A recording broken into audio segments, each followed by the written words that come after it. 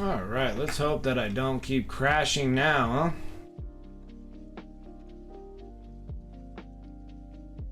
huh?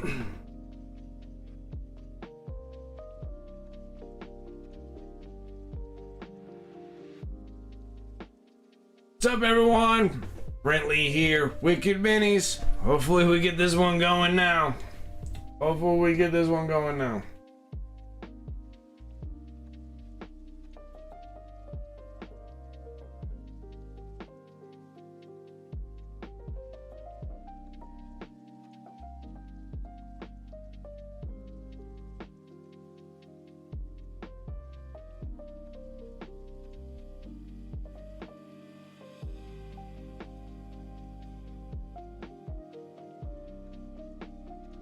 Okay, let's see if this will work. Hopefully we can stop this. Maybe, I don't know. It's been very upsetting since whatever's been going on with internet connections and whatnot. But I had to update a driver, so I updated a driver and it just shut us down, so it forced me to do a restart. So hopefully we're here. Hopefully we can make things work, and hopefully we can start laying some paint down. I'm excited because I want these miniatures done. I want them done.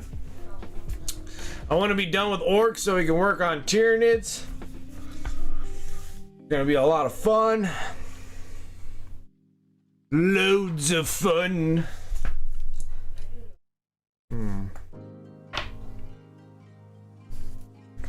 Okay.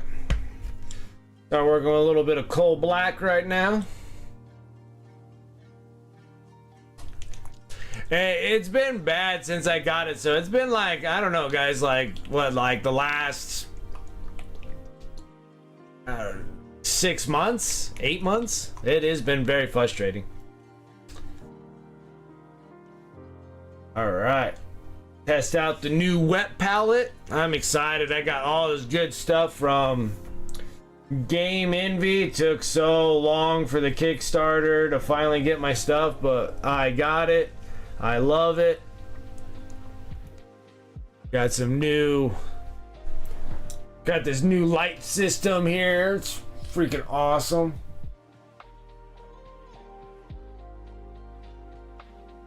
It's freaking awesome.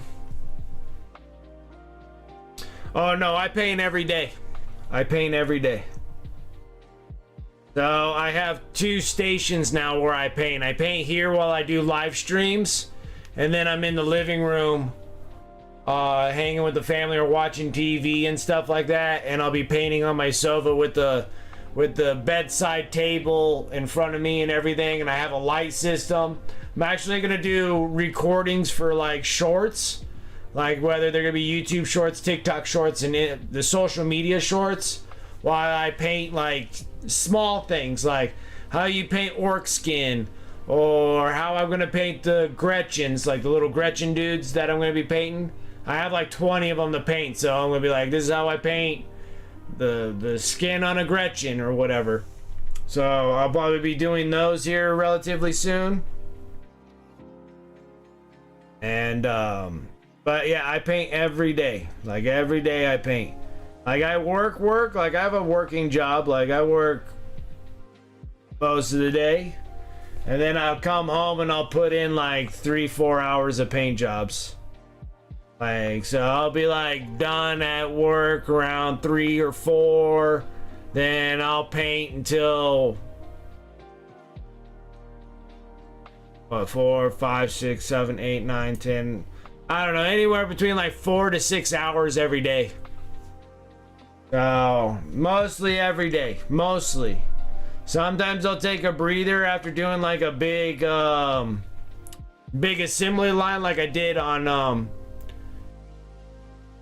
last week we did 30 of the original Boyz, like not the old school Boyz but the newer school Boyz. So the new school Boyz, I did 30 of them last week, and then we did the Big Mech on stream, so I painted it live, and then I did the Boyz off stream because probably best way to do that. So that knocked out majority of all the orcs that I got to do. And then now I got 20 Gretchens, 2 Runthards, 5 Knobs, 5 Ludas, 5 Burnas.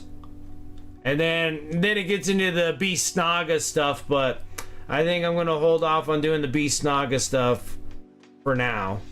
And then we're going to just kind of work on getting the Tyranids done. Because my little Tupperware, my little mini tub I have over here has the rest of those. And I think I have like 2 character models, but I think it's like Dread Hair, Booger Snot, whatever his name is. He has like crazy bedhead. It's like bedhead, wobble, Snigrot, or whatever the heck his name is. Booger drizzling. Booger Drizzler. I don't know what the hell. I don't know what his name is. The orcs have the most ridiculous names.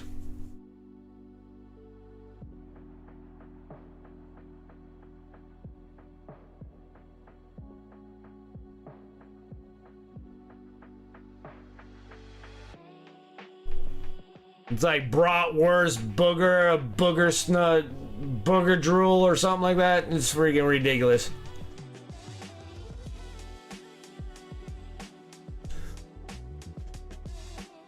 Oh, is it coming this summer? I was thinking about the, like, because we got a new edition of Warhammer 40K. What was that, last year? So we're going into year 2 with 40K. So I would imagine, and then we got the new edition so we had 40K. Shit. We had 40K, and then we had the Age of Sigmar one, right? And then we had Horus Heresy. But I think when 8th edition, 9th edition, we got 9th edition, we had the Age of Darkness box, right? During 9th edition 40K. And then we had 9th edition, and then the next year was Age of Darkness.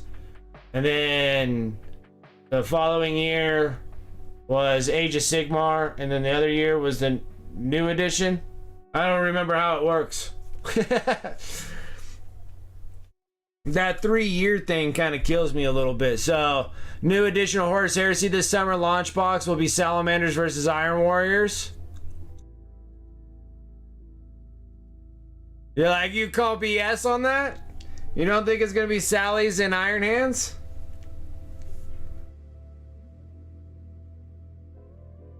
It might be. I think they're just going to be just regular whatevers. Like the Age of Darkness box. I guess you can have them painted that way, but I guess they're just space boys for whatever army you want, I guess. Except for some character models, I assume. Presume.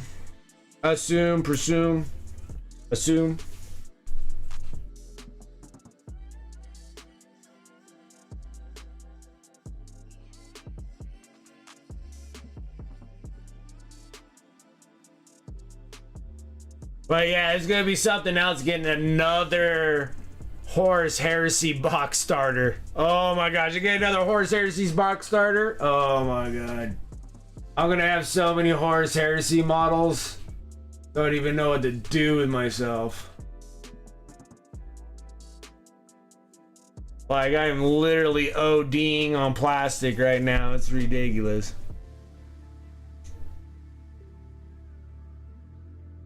And the thing is that out of like all the editions, like playing 40K, like I understand it. I've never played a game of Horus Heresy, but that's like pretty much like what I really want to play is Horus Heresy. But never had a chance to actually like play it. So I'm a little like,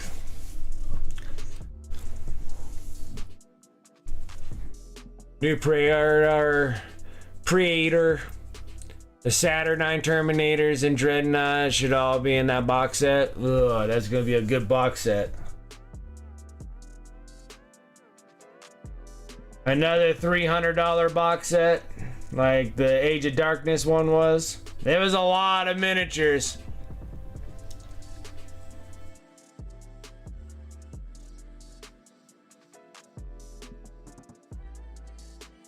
It would be nice if they can like lay off this 3-year stuff. Like this 3-year stuff's killer, man. Like even I feel like 3 years is like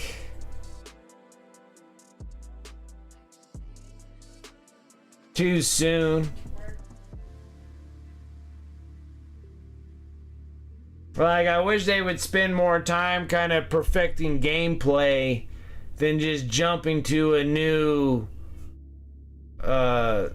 edition with gameplay. I rather have them like hone a gameplay that they're already starting and stop like always changing how to play constantly would be nice. Like I think I much prefer having like a perfected gameplay where you can start getting a little bit more OP-ness, like getting a little bit more overpowered miniatures and stuff, and it's not like doom and gloom for the edition. Like all they do is make like some things that are overpowered and then they just nerf it really badly. But it would be so cool to have overpowered miniatures in every faction, that you can have like, you know, it's just like every faction on steroids. Instead they like nerf the ones that are on steroids, and then like no one wants to play them anymore. It's kind of unfortunate, you know? Like I'd rather them like hone the craft of gameplay a little bit better. Well, we're just gonna change the edition anyways, and there's gonna be different ways on how you're gonna play this and this and that. And I'm like, why can't you guys just hone a gameplay? Like just hone it in and make it play really well. Instead of like test driving ideas for every edition, it seems like what they're doing. They're just like, we're gonna try this instead, and then it fails, and then they're just like, well, we're gonna do a new edition in 3 years, so we're just gonna make this do until the new one comes out. I'm like, why don't you like get one that like works and then hone it in a little bit better?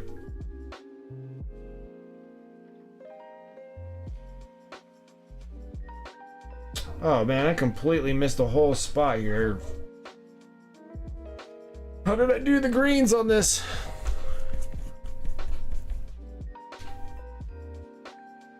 Horus Heresy is like, you're like playing the novel.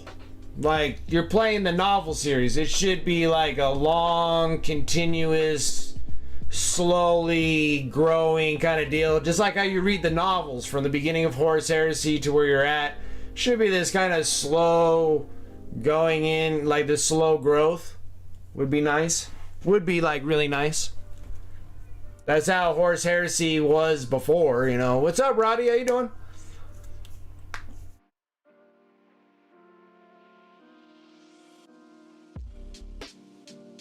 Yeah, then the other thing too, like Horus Heresy 15 years, you know, of it being in expensive resin that no one wanted to, you know, there's only a small handful that bought like full resin minis, a full resin mini army. And then now that it's in plastic, it's gaining a big popularity too, I would imagine.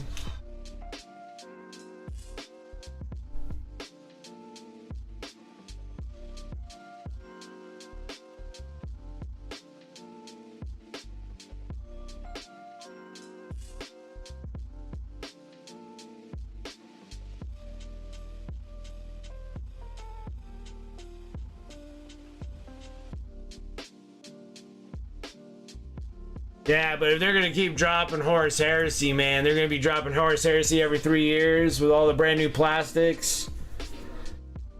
We're gonna have Horus Heresy and 40K keep on getting updated every 3 years of gameplay. Because those are some expensive books, because you need more than just one book. So you need like the get regular rule book, and then you get like the other rule book that has like all good, all bad, and all mechanicus, I guess. And then those are like big solid books, plus any updates that they do. And like corresponding books. Those big books for Horus Heresy are expensive. Because they're like volumes. So it's just like, you know, they start you in Horus Heresy with like a volume. Like volume 1 is like the start of this battle of this certain sector or whatnot. And then everybody gets slowly added into it. And then they add new volumes to your gameplay. So your gameplay is the same, and they add the volumes of new books to hone how the game is played. Is what I'm getting at, because I want to play Horus Heresy really bad.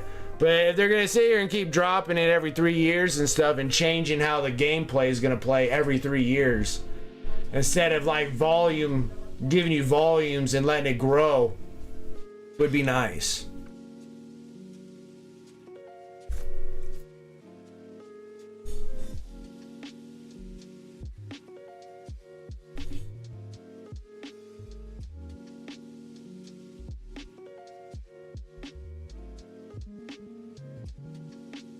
He does.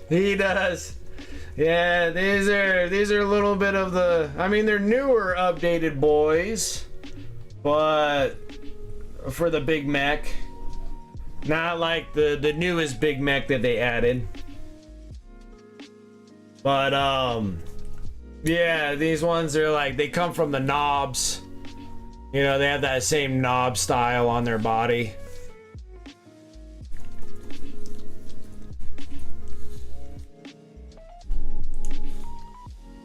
Yeah, they have really funny faces on all the older style of the orcs. Even though that this is relatively newer for the Big Mech with Shock Attack, but you're still looking at like early aughts when they came out with these. I would think that these things came out like 2008, 2012, somewhere around there, in that ballpark. Early aughts.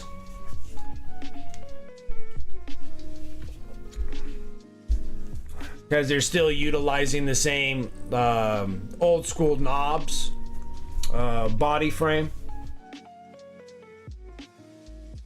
on these. Oh yeah, this is what I did. Added this like gray green into the dark green, and I made like this mint green on these guys.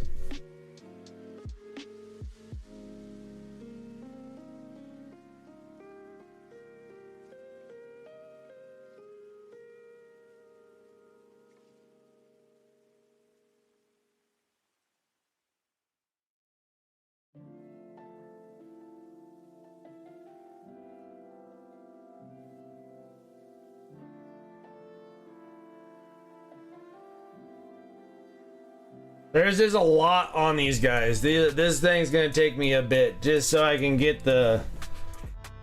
I'm thinking about just kind of holding off, going from one to the next, and just kind of honing one in and then do the next one. Because there's just so much stuff on these guys. Like, it's just a ridiculous amount of stuff again.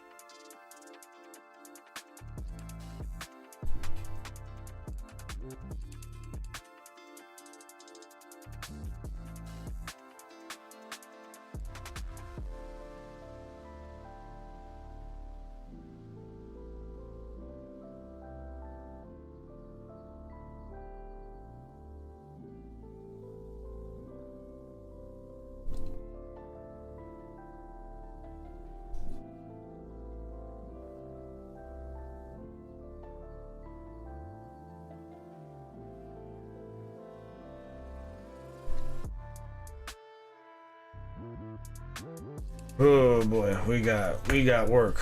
We got work. We got work to do.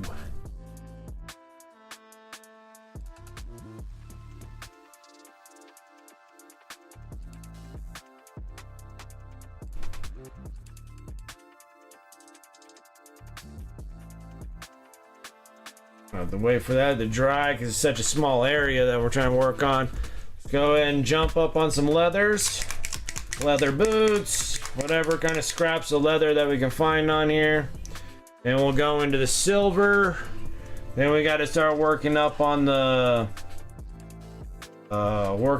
yellows because these guys are going to be bad moons. This is another commish piece for both of them.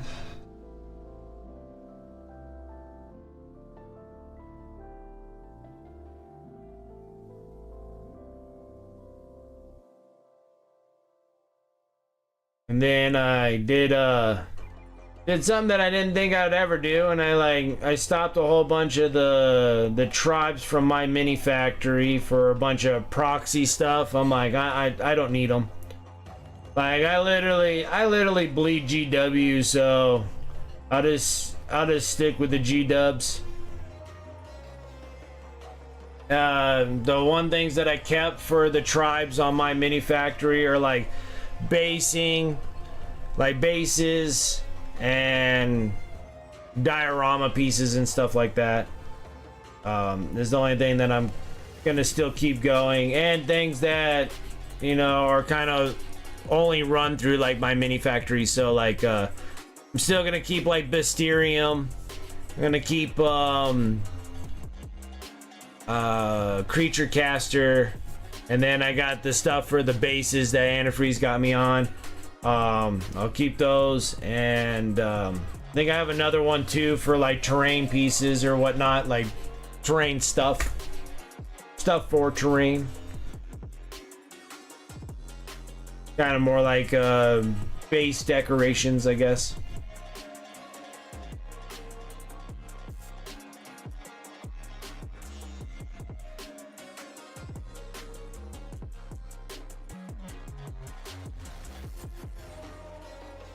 Yeah, I can't wait to be done with ORKS. I'm so excited. I'm hoping to be like done with ORKS by the end of this month would be great. It might be even sooner. And then we'll be working on Tyranids, but I like to work on a comp piece. Would be nice. I don't know if I'll go and switch over to a bust, work on that Dragon's Daughter from Black Sun Miniatures. And I have like a kind of a good concept of how I want to have that miniature.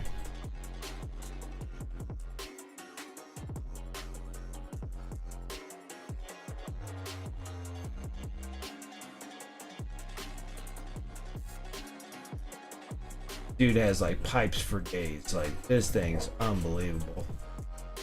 Unbelievable with this thing.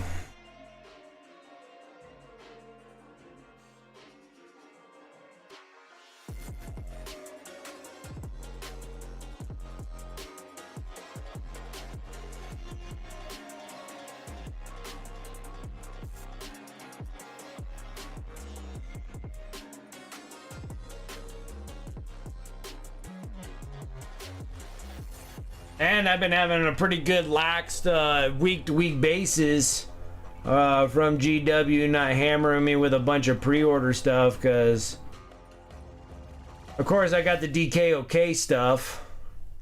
Yes. And then yeah, but we went like a couple weeks without having to get anything, and then the preview for this coming weekend is just the elves for Old World, and I'm like, I'm good. I got the Slaves to Darkness. That's more than enough. Like, way more than enough.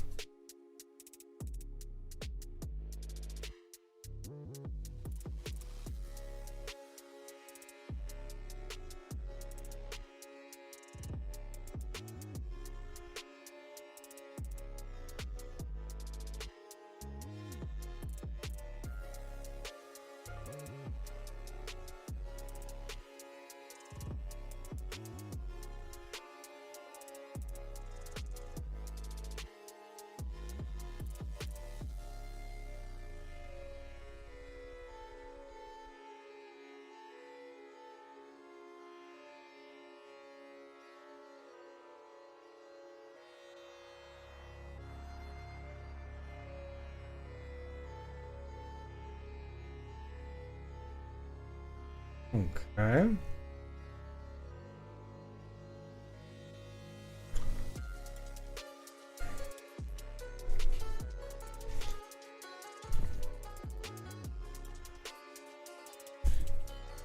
Alright, next we're gonna sit here and start running something.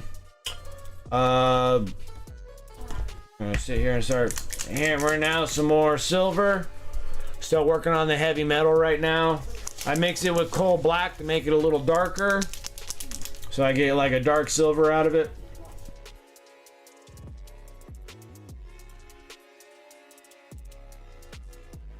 Trying to use it up.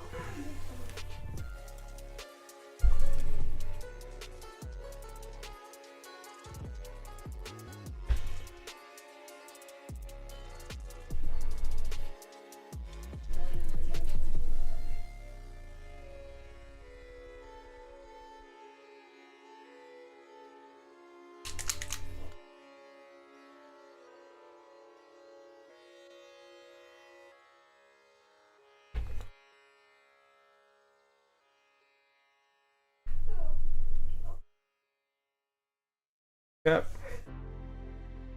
Get all our silver pieces now. Just kind of really just painting by numbers right now. Gonna make everything color I want to make them.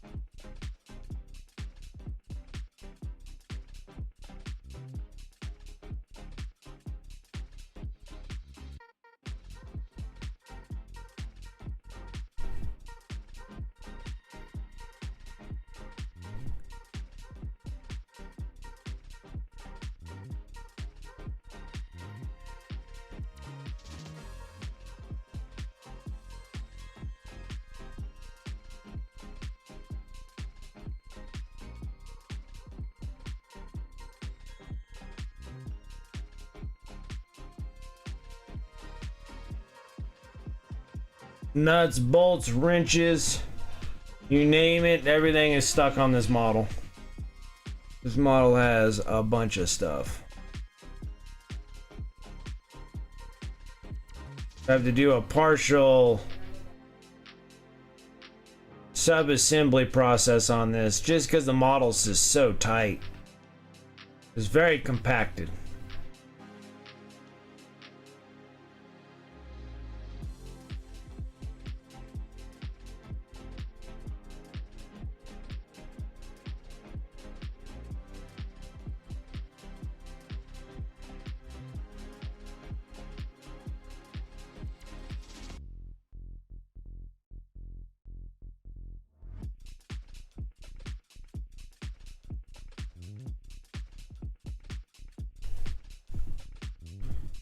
Okay.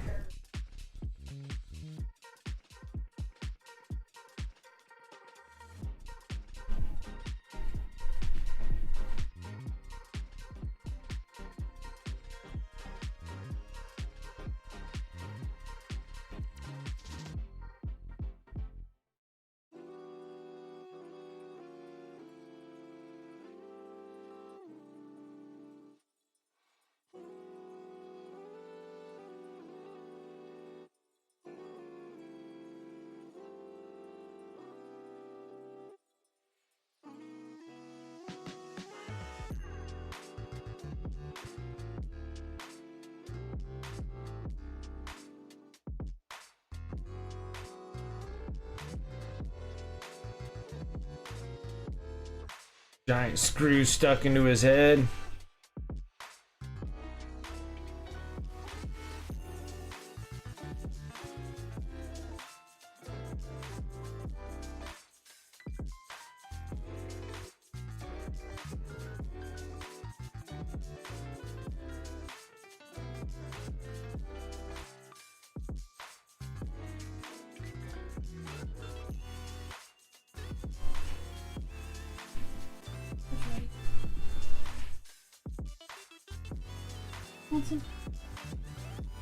No, I'm good. Thank you. You're welcome.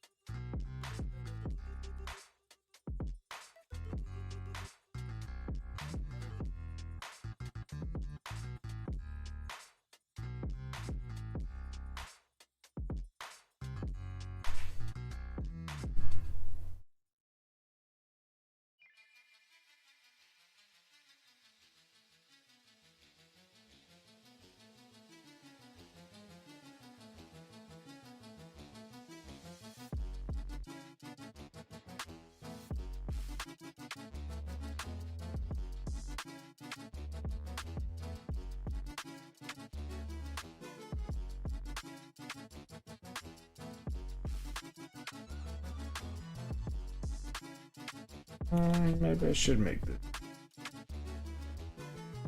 100% sure, but let's go with it right now. We can make the changes later, but go with it.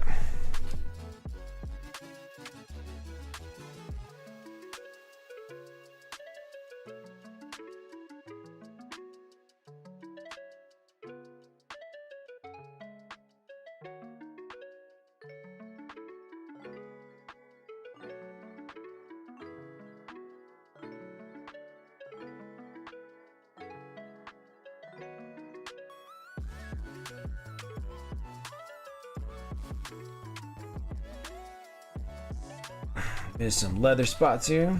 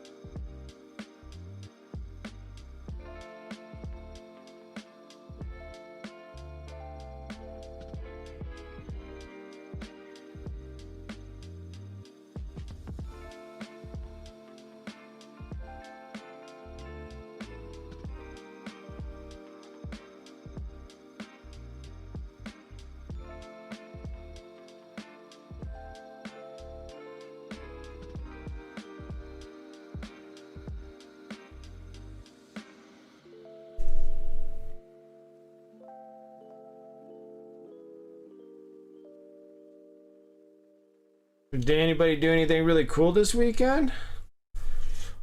All I was doing was jumping up and down in joy being done with 30 of the old school or new school boys. Got those things all posted up on my eBay stream.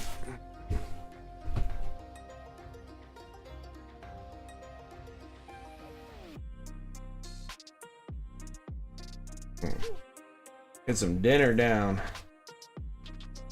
Hungry. Rice diet.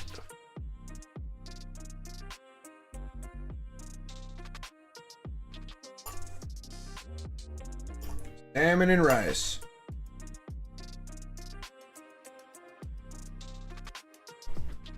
Yeah, boy, it has been cold, hasn't it? And probably for you up there.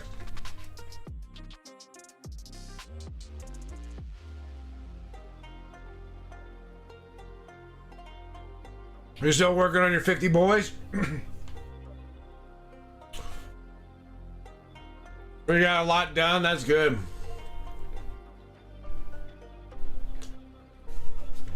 Yeah, I was jumping up and down in joy with the 30 boys being done. I was like, 30 boys? I'm like, yeah.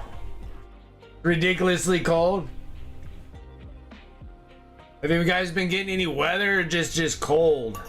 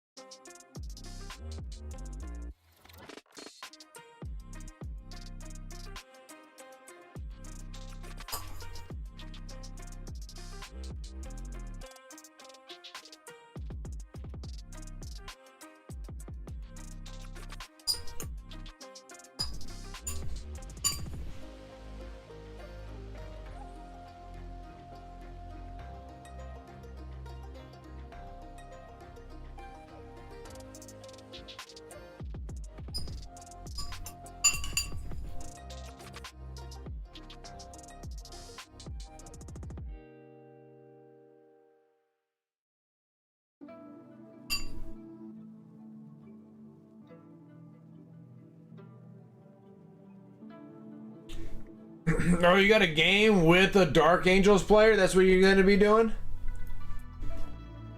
They're going to be playing against somebody that's playing Dark Angels? And then what are you going to play with?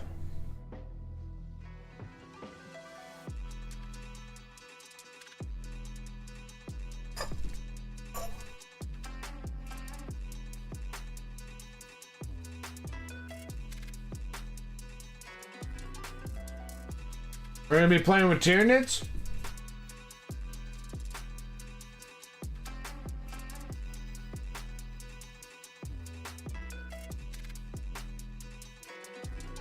Ah! Dark Angels versus Dark Angels? Are both of you guys there just shooting at each other's shields? Just Terminators against Terminators? That's gonna be fun.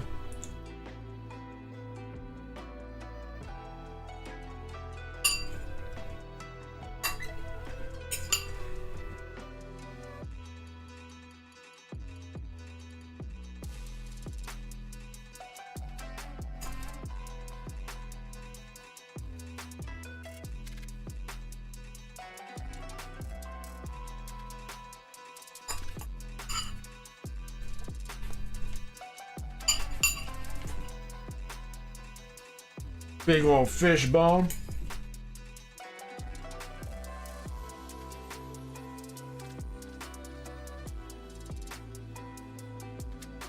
Yeah, it's gonna be really that'll be interesting.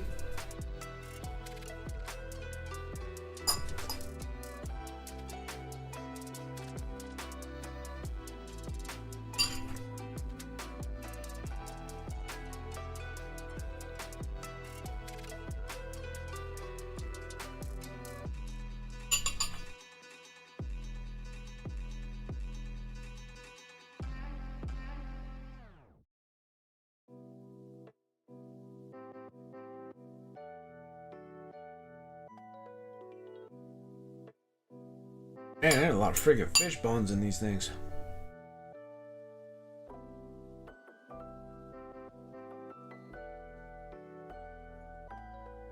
Fish bones for days.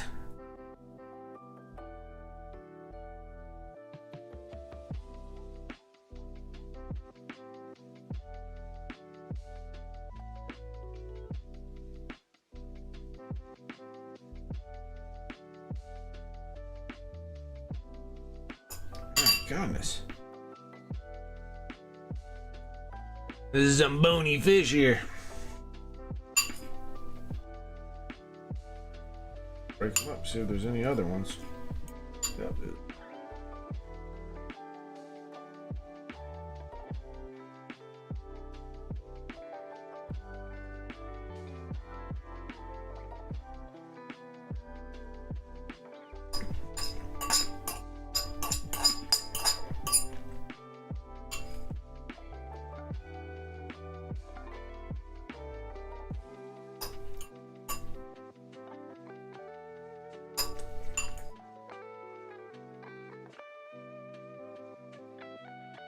I wish I didn't have a sore throat today.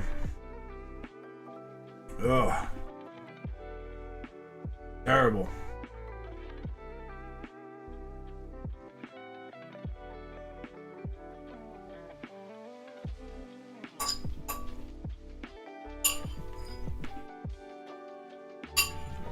Fishbone.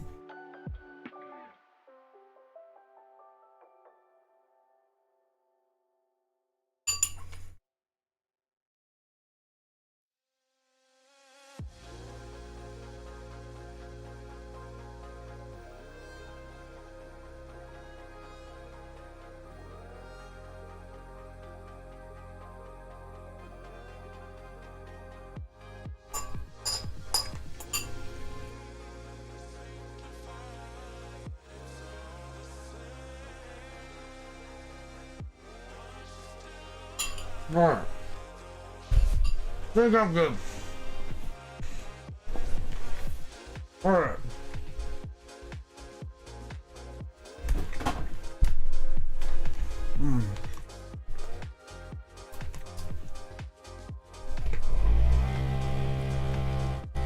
It's so nice now not having the lights in my way. I can actually get to my vortex mixer a little bit better.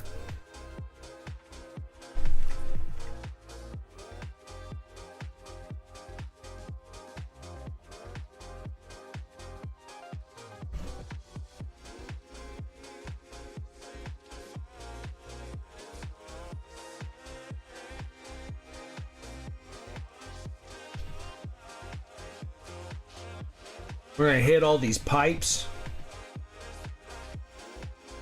And then with scale 75, we're doing the decayed metal. It's just another paint that I'm trying to get through too. It's a good paint, I like the color, but we're gonna be doing copper, so this gives me a nice good base for putting the bright copper on top.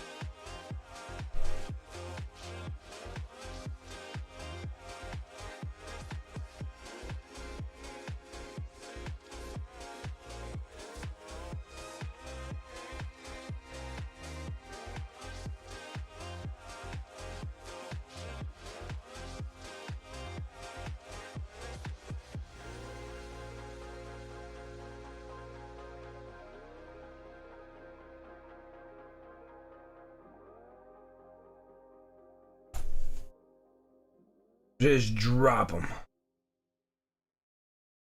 Just drop them.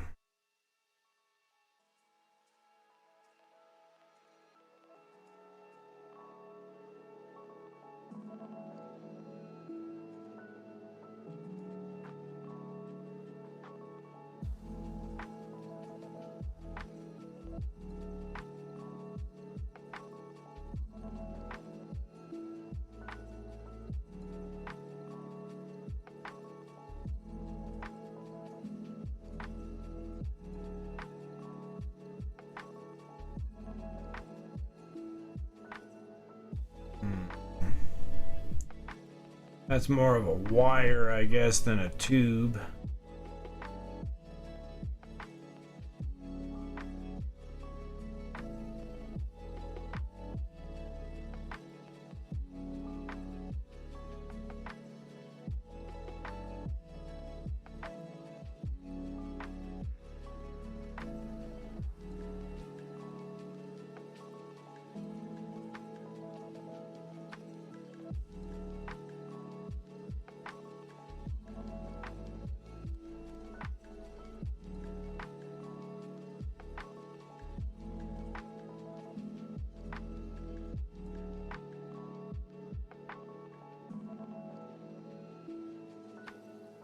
Like the cop. Looking pretty good. Now let's lay down what's gonna be yellow on this guy. So we're gonna use some burnt orange. We're not doing it with an airbrush, so we're doing it straight up. Ooh, I don't even know if I'm gonna have enough. I forgot. I don't know if I have another bottle of burnt orange. I've been kind of smoking through them.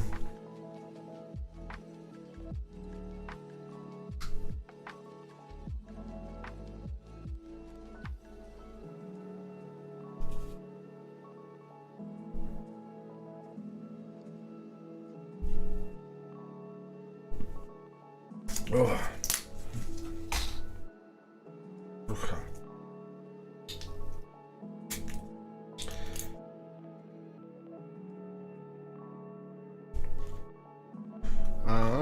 Burnt orange.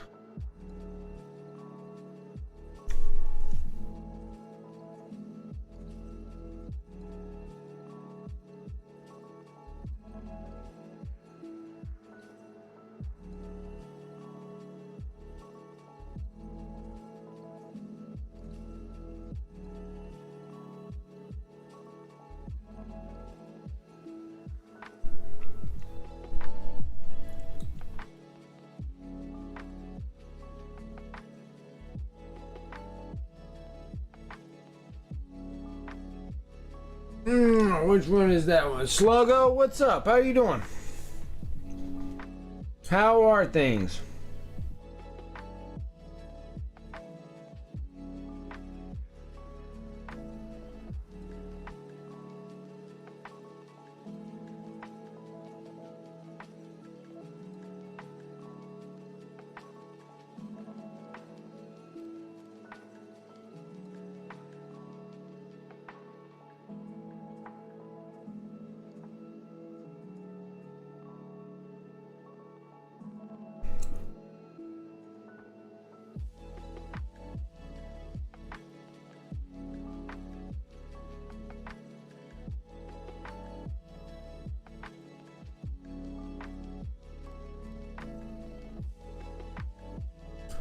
Things are okay.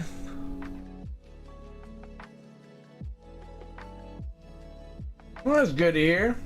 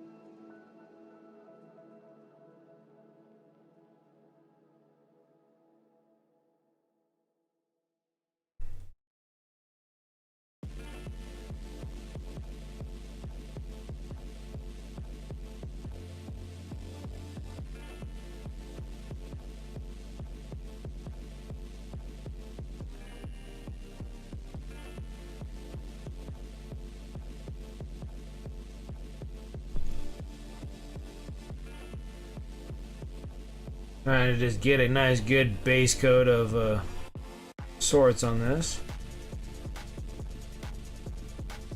Whoa. So there's another thing that's happening on this thing. I can see his fingers.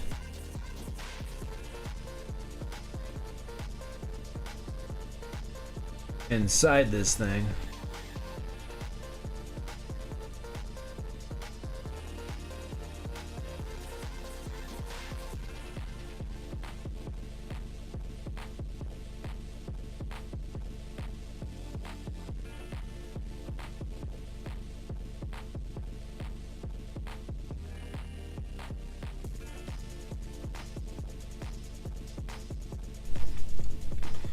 We need to do something about that.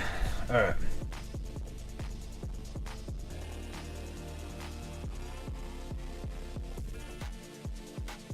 I didn't even realize he had. I didn't realize you could see his fingers in there.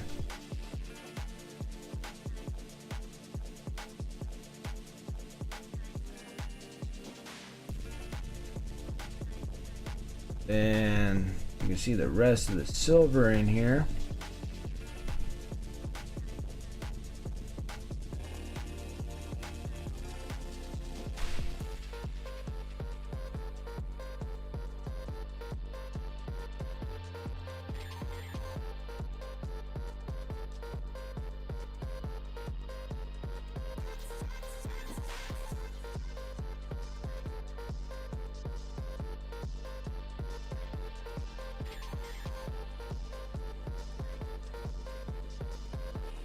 We're gonna have to glow this thing out inside anyway, so don't have to spend too much time.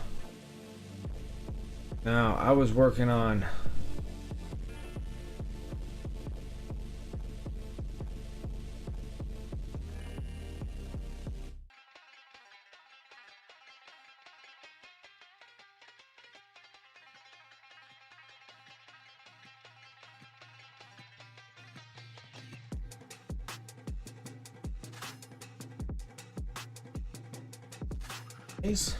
that and more orange. The orange will eventually turn to yellow, but we're just starting with the base of orange right now.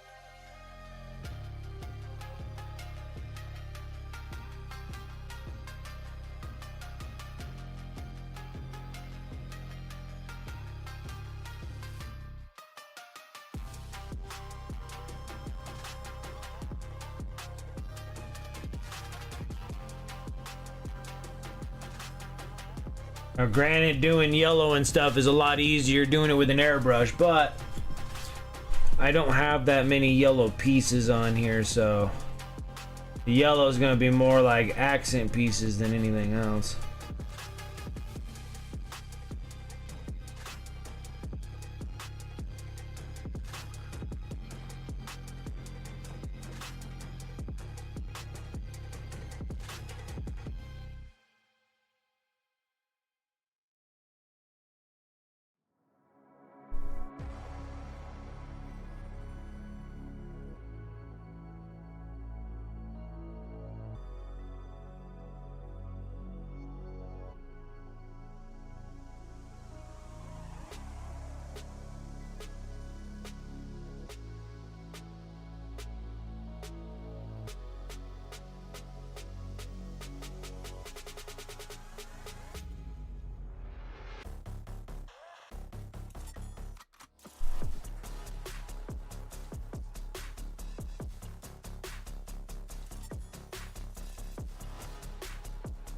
Like I said, like this model is just tightly packed, so it's a really tough model to work around. I could actually go without the arm also on this side.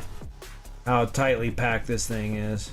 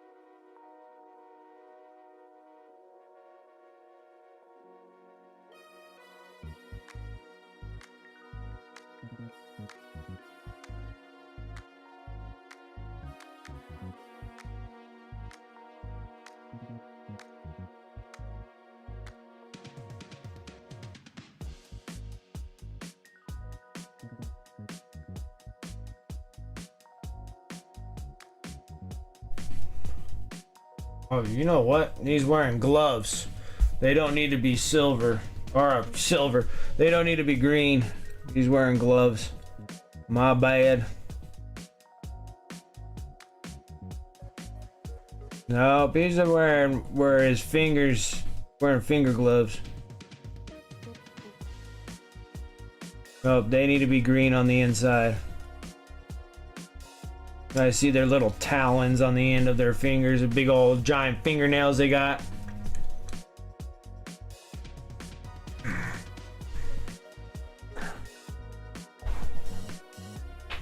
Ow.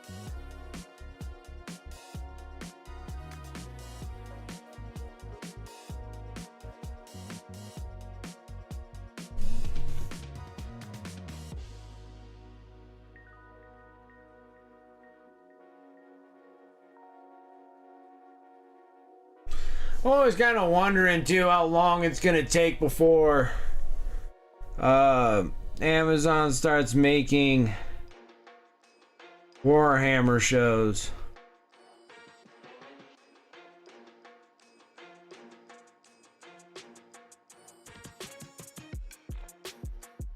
Because just seeing how much stuff that Henry Cavill's gonna be in, seems like that's gonna be kind of a wait before they're gonna get into filming productions, or wonder how long it takes to write a script or a story or whatnot. Oh. Because I'm like, you got Henry Cavill gonna be playing, like, he's like a hot commodity right now, so now he's gonna be the new Bond. He's gonna be the new Highlander. These are like some pretty big franchises that he's gonna be in. He just got done doing his Superman deal, the Witcher deal. He did bomb a whole, I think he bombed a couple movies himself. But like, I think it was Argyle, which I still haven't seen. I need to watch it. And whatever that, something of Gentleman, whatever the thing is. Or he's a German spy or whatever.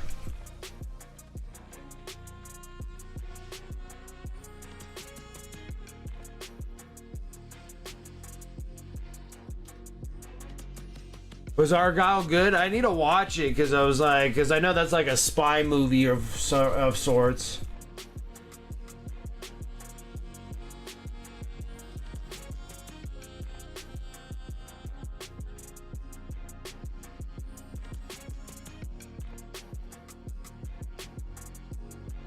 Yeah, the Ministry of Ungentlemanly Warfare. Yes, that's the other one I need to see.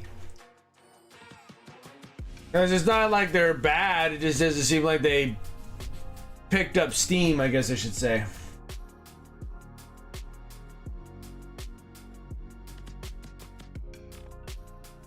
Okay.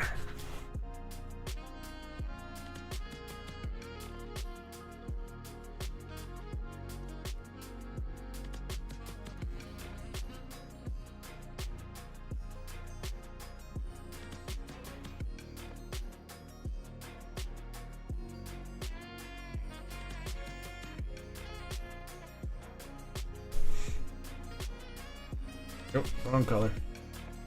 Wrong color. Dipping in the wrong color there.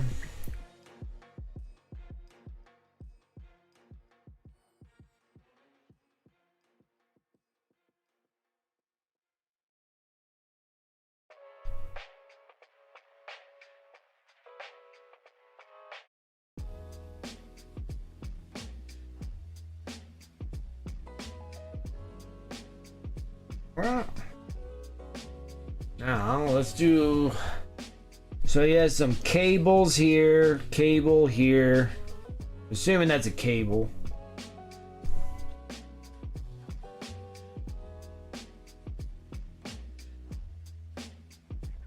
I just hope that if when he makes James Bond that he has that same, I know he has the same physique, but like that same kind of bad mamma jamma like Daniel Craig when he was playing James Bond, you know, like just busting through walls and beating, like actually getting beaten up a little bit. Like, I wonder what direction they're gonna go with James Bond, if they're gonna go that direction of just being beaten up all the time, or being more like, you know, like the Sean Connery and the Roger Moore James Bond, where you're just always in a suit and you're doing a little like ha-cha. Or like how Austin Powers makes fun of them and stuff like that. It's just like that little karate chop in the back of the neck and they're just passing out, and or actually like running and doing all sorts of crazy stuff, and like James Bond stuff does.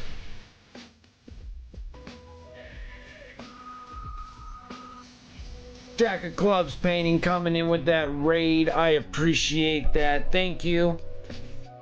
How was your stream, buddy? What were you up to? Nurgle Matthew, what is up? Like, fair enough. Easy raid. I appreciate the raid. Thank you. Welcome, raiders. I am down to the nitty gritty of getting all the orcs done. They're almost all done. down to like just a few more to do. So I got a couple of these big mechs with shock attacks. They have the big old shotgun that goes, the shock gun that goes onto them like that. So it's a lot, so he needs to be separated. So, and I got 2 of them that I gotta do. But pretty cool. Pretty cool.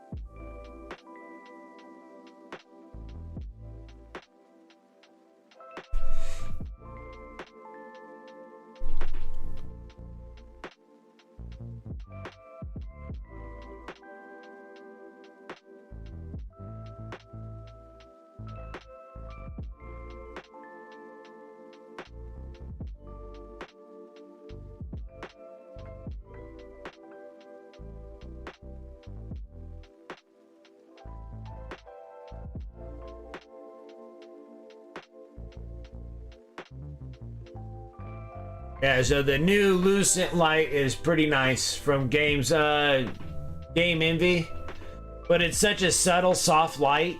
Even though that's giving me great light here, such a soft light that it's actually kind of making me drowsy.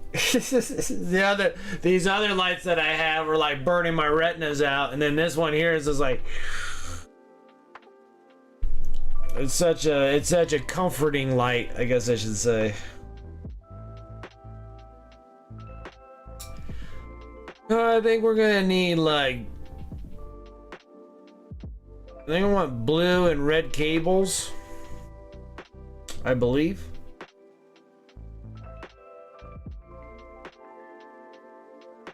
Or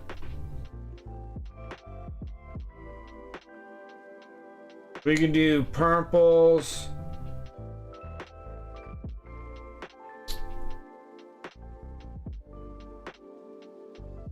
We can start doing some purple and magenta stuff.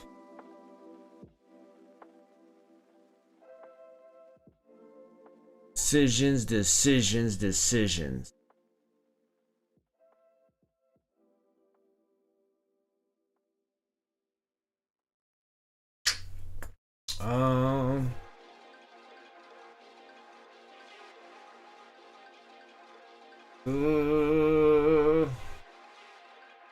All the decisions to be made.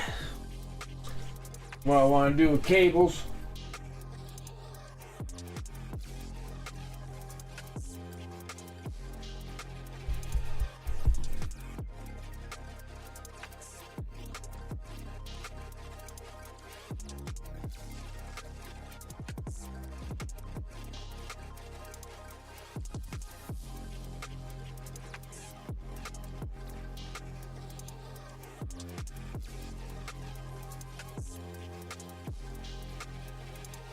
I'm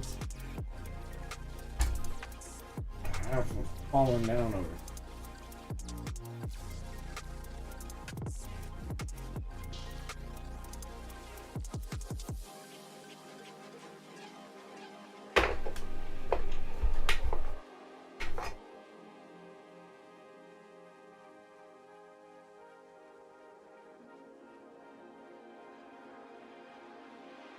Right, bro.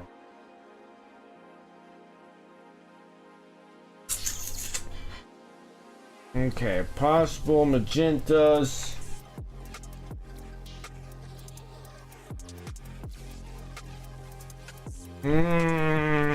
Just the decisions to make here.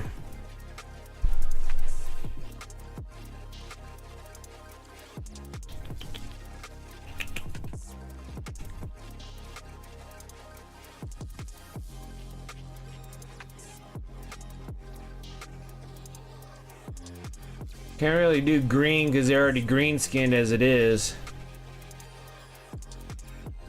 I don't know. I think we just probably stick with just blues and let's just stick with blues and reds for right now.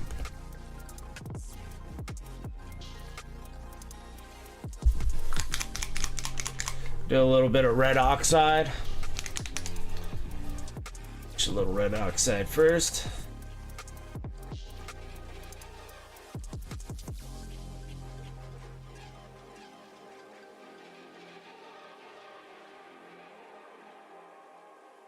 I always get paint all over myself. Ridiculous.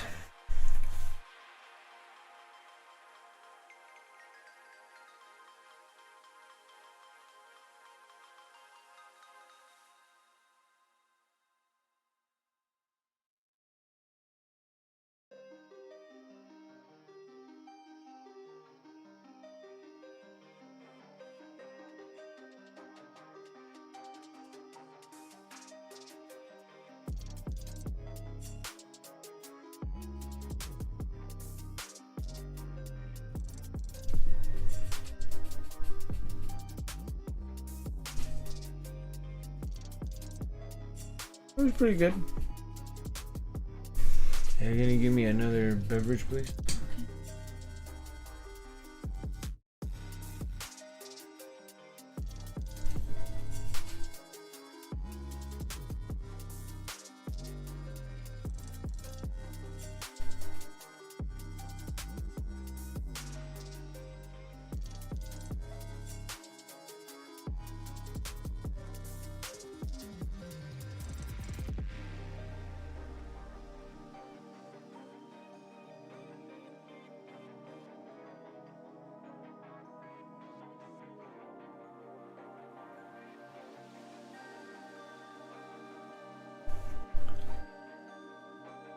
Here's your...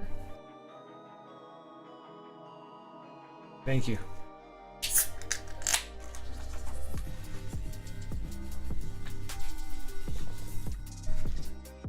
Okay.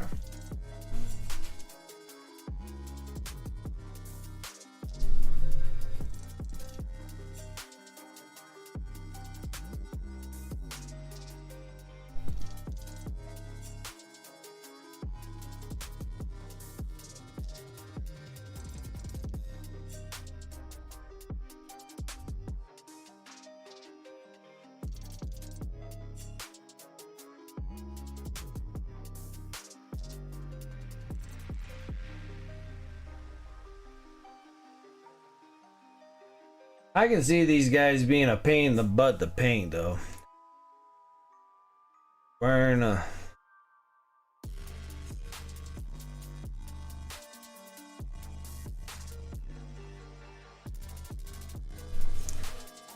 Now we need...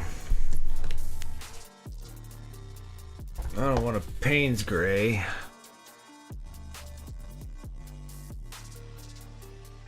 Gonna need a dark blue.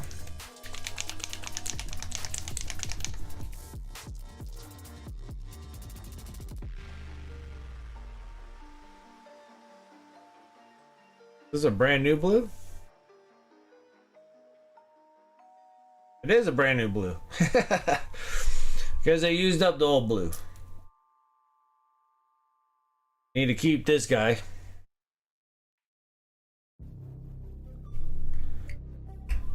Push him inside there. That seals it there. Gotta pop this brand new seal off the top.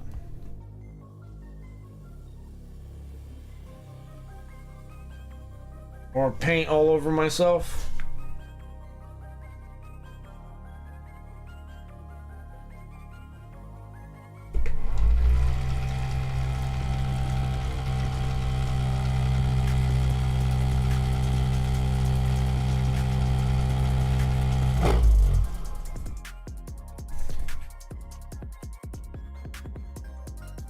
Look at that. Nice. Okay.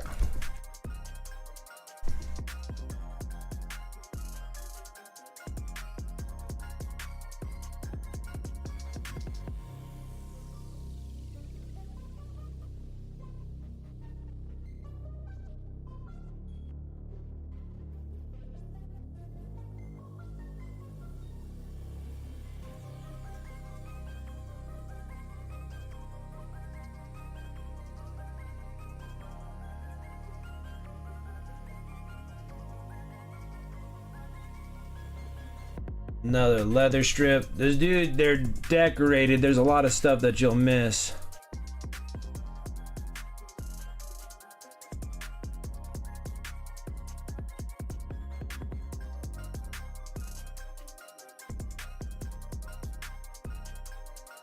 Especially when I'm just block filling things. We'll do a little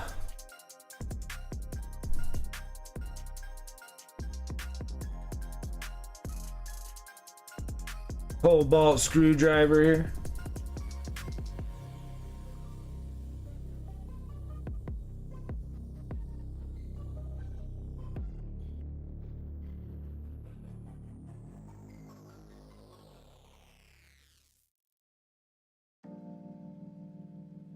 Do these things in blue. Like they're wires.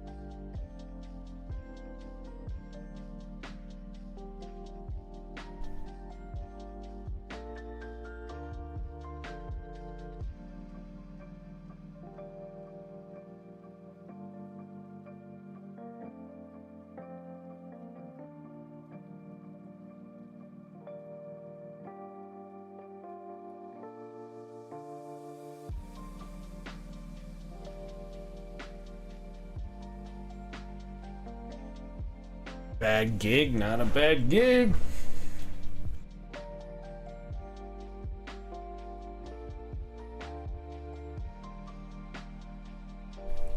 I definitely dig the mega palette though. That thing is monster. Like even after all the paints I poured in there, not even halfway through yet. I would have been halfway through on the other one.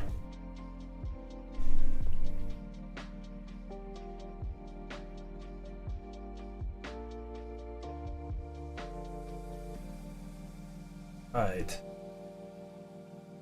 That there. A lot of base greatness.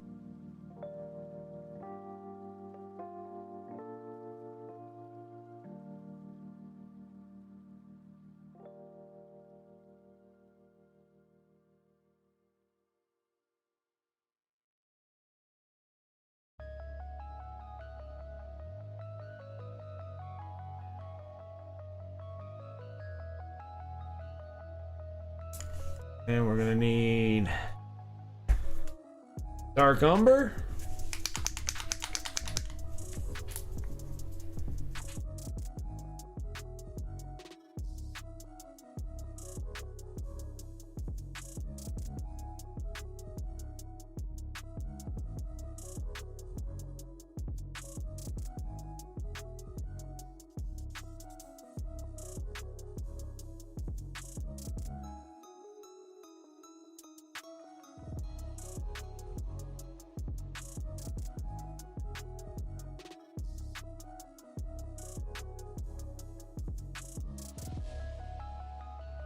This dude got a lot of bottom teeth, man. They're just like monster bottom teeth.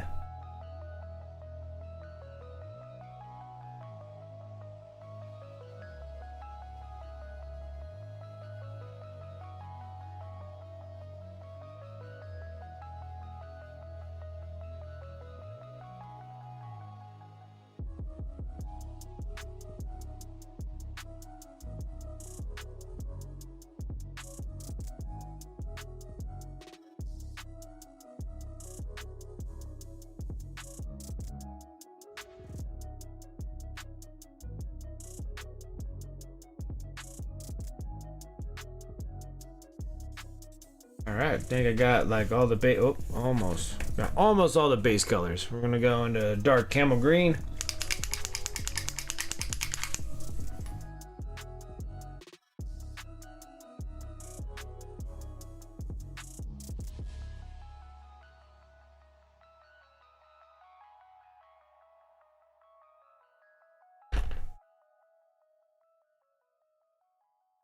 Because I'm not quite sure what this little canister thing on his hip is.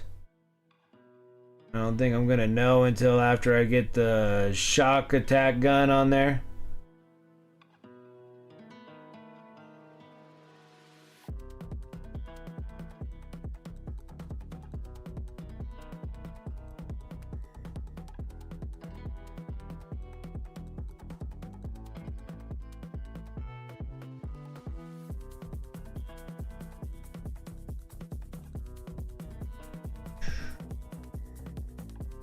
Get back into some silver here.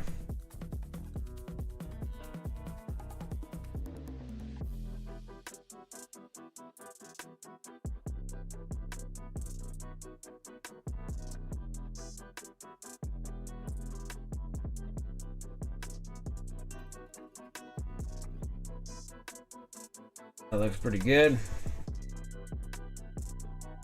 All right. I could do the same imitating thing on the net on this next one.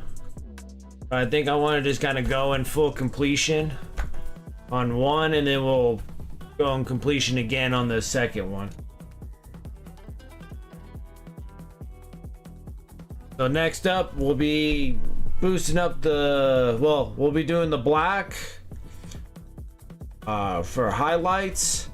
Highlights I like to use is Payne's Gray and bright warm gray. Mix this up so then I can just highlight the pant seams.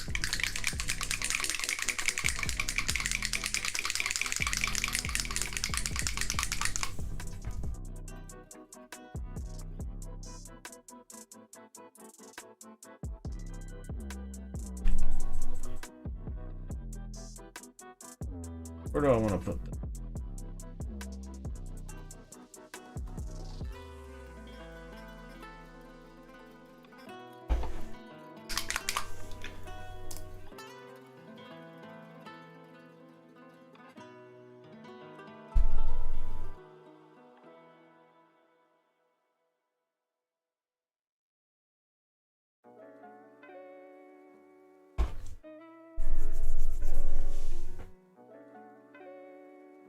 Oh, that's some good stuff right there. Some sourdough bread fresh out of the oven. Heck yeah, that stuff's so good. Freshly cooked sourdoughs. Sourdough is a great bread too. I love it.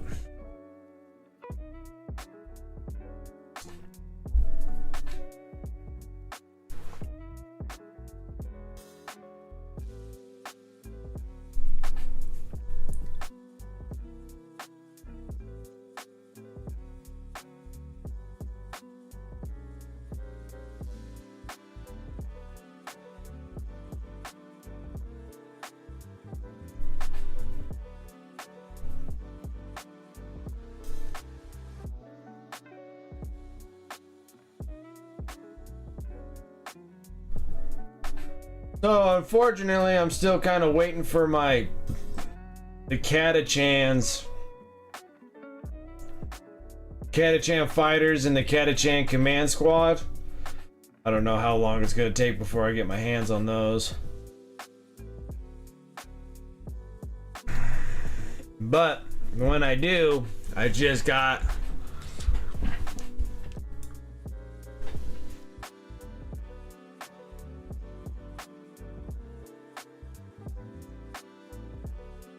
that's a heck of a paint rack you got going there. That's a nice paint rack that your husband built you.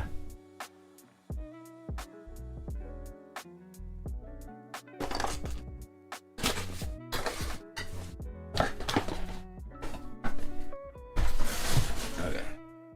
This. Okay. So now I got two So I got Sly Marbo. So he's like my Arnold. Oh, that's Ripper.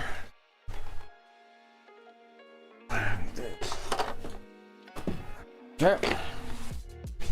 So yeah, so I got Sly Marbo. So he's gonna be the Arnold in the Predator diorama that I'm planning on doing.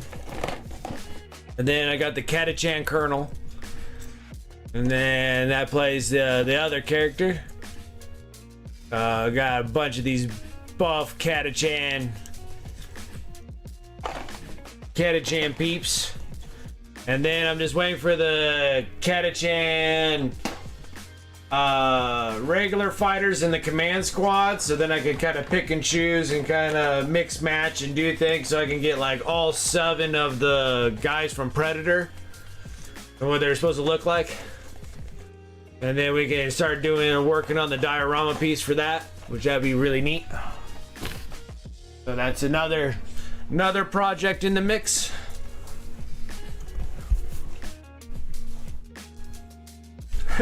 I know you were trying to convince me to convince you to buy more paint, and I'm like, just buy more plastic, Rosie.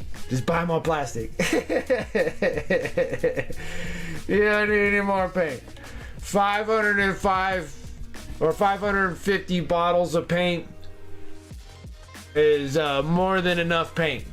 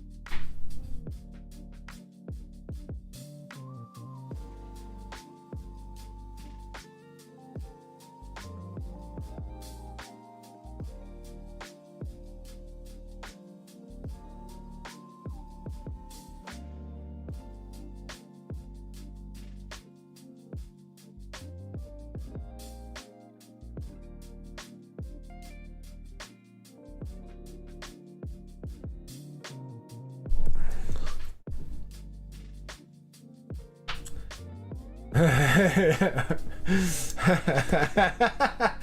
you're sitting there, you're like, I think I'm gonna buy some more paints, and I'm like, the AK interactive paints are good. You got a bunch of great paints.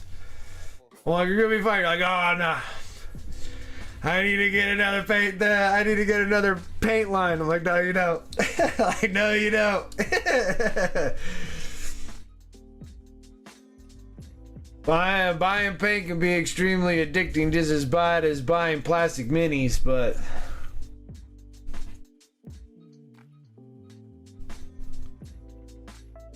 plastic minis don't have a shelf life like paint does. Like, to try to burn through what you got. Like, that's what my problem is like, I got a handful of P3s. You know, I got I got a handful. I got some G-dubs. Like very little G-dubs. Most all my G-dub stuff is on my eBay store. I selling all my G-dub paint. They're brand spanking new. I don't use them. I use like the technicals. But even still, like I still don't use really there's lamium mediums and stuff. I almost feel like posting them too.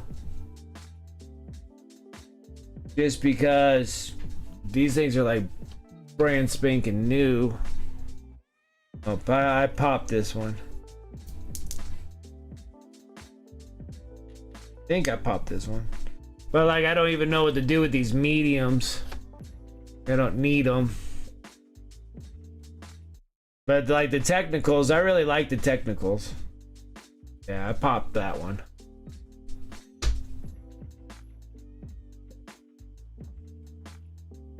Astro Granite. I don't even think I popped Astro Granite. This is a brand new one. This is a technical too, but I don't think I used any of them. And of course I do got a bunch of the GW pots like the Rune Lord Brass that I put in this big bottle. And the Canoptic Alloy, because we're going to be using these on Necrons until I use them up. And then I have... Oh. These things are dangerous. Keep these things down, they're going to fall. And then like I got a bazillion P3 paints. Well, not a bazillion of them. I have a small handful of those. I got a handful of the scale 75, of course. And I'm just trying to burn through them because after I'm all done with those, then I'm going to start replacing everything with AK. So all I have is just Pro Acryl and AK Interactive paints.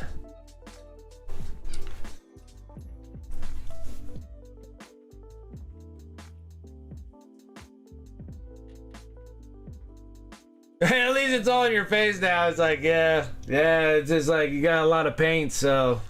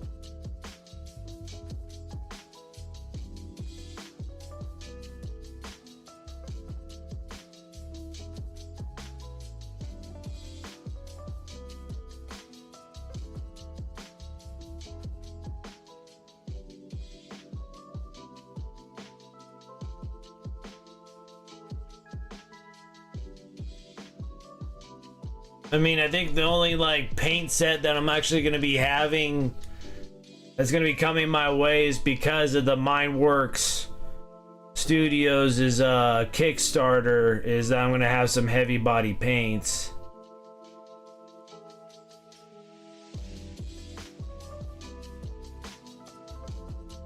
Some heavy body acrylics.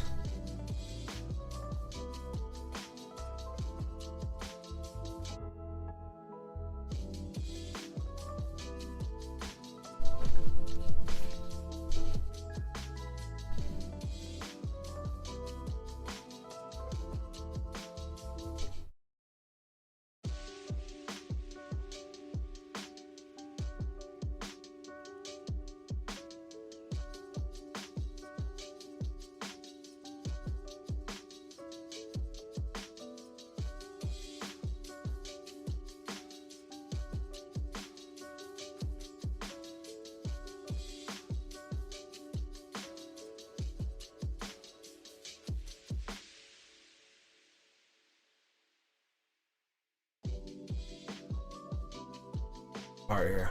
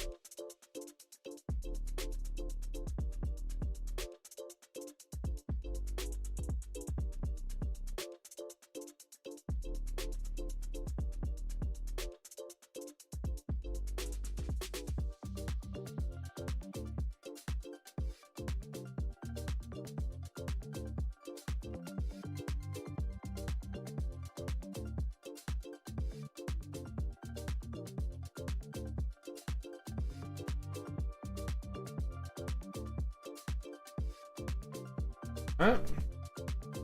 Nice and easy for doing pants. You don't have to go too crazy on the pants.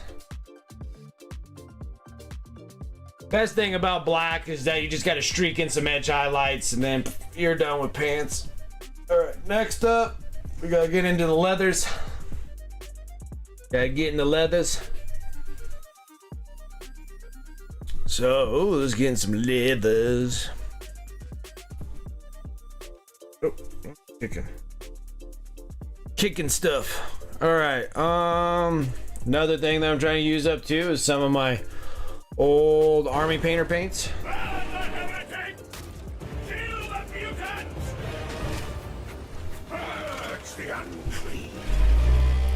Matty Ice, thank you so much for that follow. Appreciate it. How are you doing this evening?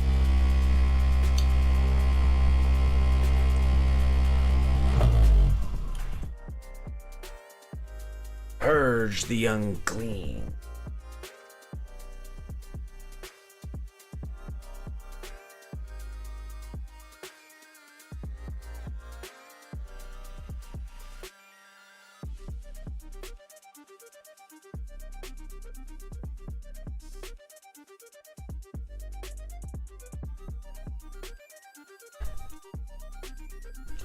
I'm gonna take that mahogany that we have,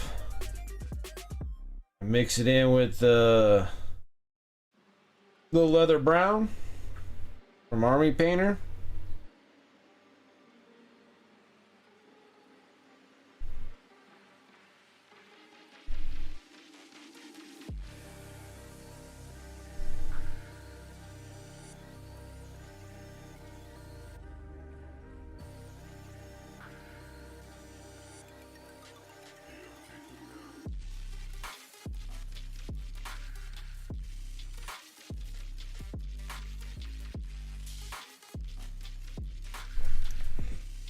All right, let's start with the boots and work our way up.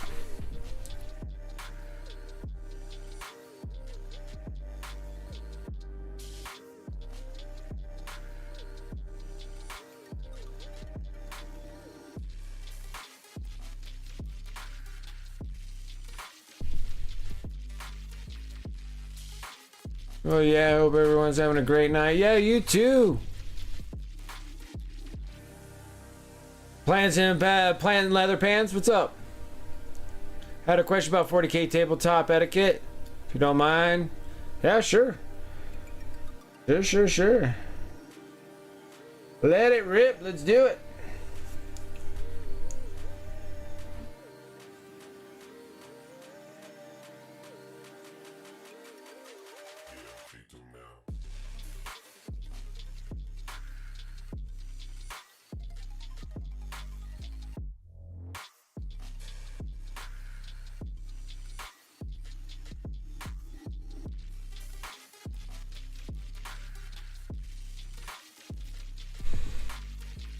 Been a lore novels for over a decade. Never played the tabletop. You have some time off and are going into a new Warhammer shop that just opened near me on off hours, 10 to 1-ish weekdays. Explaining the rules. Okay, that sounds great.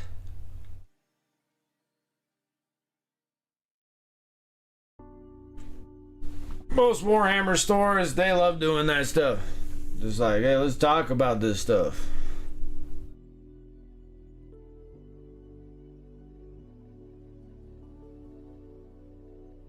A lot of times those Warhammer stores and stuff like that have demo tables too, so you can test out a demo with them.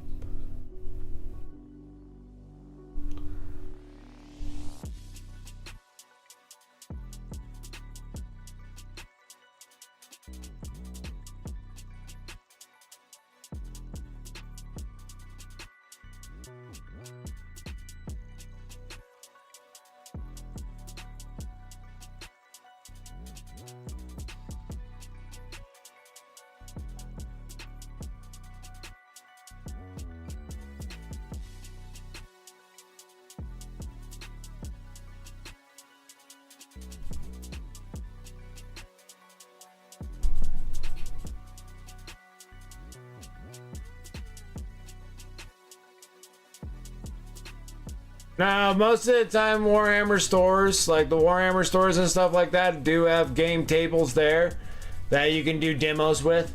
Normally, they have a demo setup, so they should have like a Leviathan box set, or like the Ultimate starter set. So it should be like Ultra Bros and some Tyranids.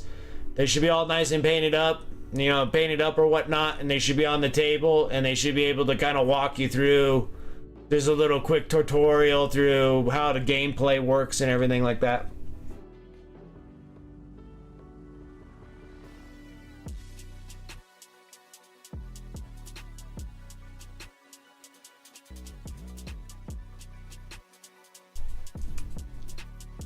Kind of just depends on how many people are there and how many people are on staff, and if it's like super busy, then might have to take like a rain check on a tutorial with them, but most of the time you have more than enough reason to ask for that, and then they should be able to walk you through. See if you'll be interested in the gameplay.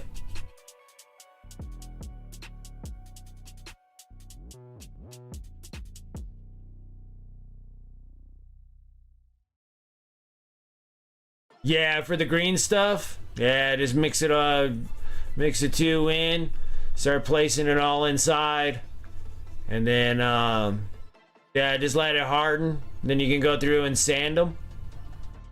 Go through and you'll sand it all to get it smooth. If they're big fills like that.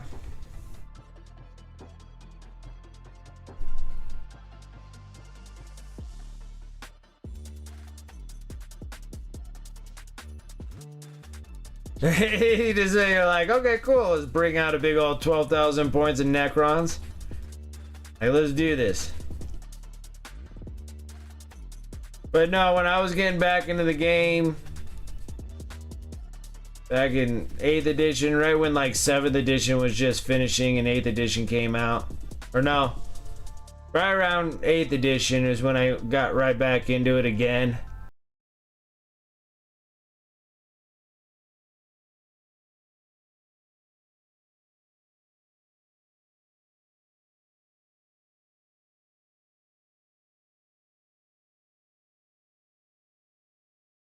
You should be able to walk right in there and have them do a little demo game with you.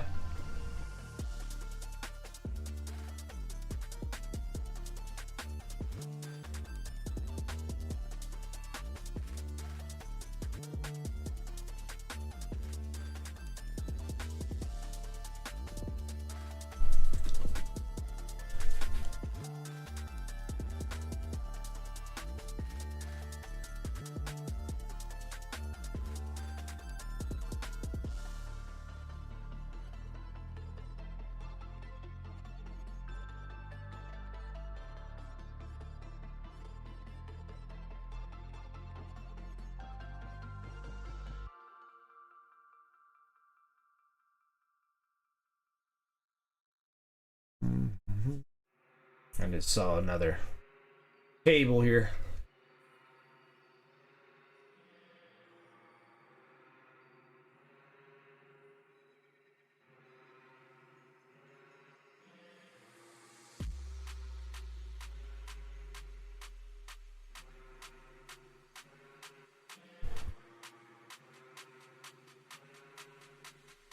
Getting better every game, that's good. Did a 1,500 points. And gets her mech list. Oh, nice. Nice.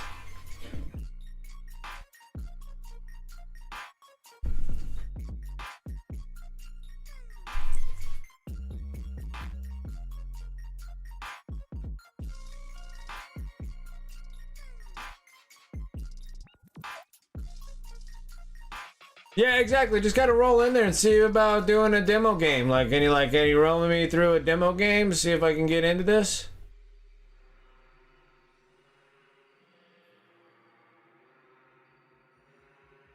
We have a sick list for doubles this weekend. Oh, really, Roddy? You're gonna do some doubles this coming weekend? Nice. Yeah, favorite armies to play? Well, I've never even actually played the World Eaters on the new the current codex. So I haven't played World Eaters in a while, but Chaos Space Marines are mostly my jam. Well, I've played Necrons and I played my Flesh Terrors when I had them. I still haven't played a game with my Imperial Knights yet, which I need to do that. And then I was hoping to start up Blood Angels and do a Blood Angel army, and that'll be my army, not one that I'm gonna sell off or anything, so I can keep that. And I think they play just like regular Space Marines, so I'd be like kind of the same as the Flesh Terrors. So I've had a lot of fun playing with them. Space Marines are really easy to kind of remember everything that kind of goes with Space Marines. They're really easy. Necrons ain't too hard either.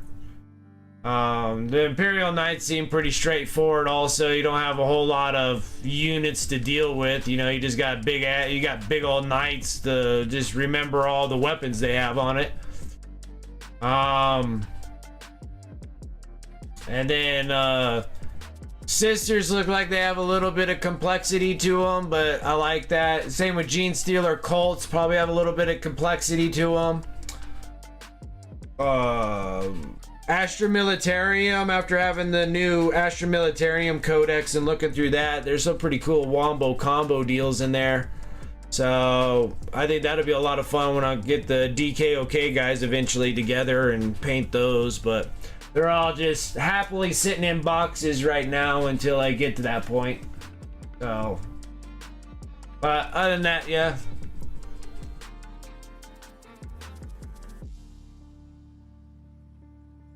Watching some of the 40k and 40-minute episodes from Played on Tabletop. Necrons seem awesome with reanimation protocol of Alpha Legion lore, though. There's nothing wrong with that. Devon gifting that sub, appreciate it, thank you. Yeah, the reanimation is pretty nice on the Necrons.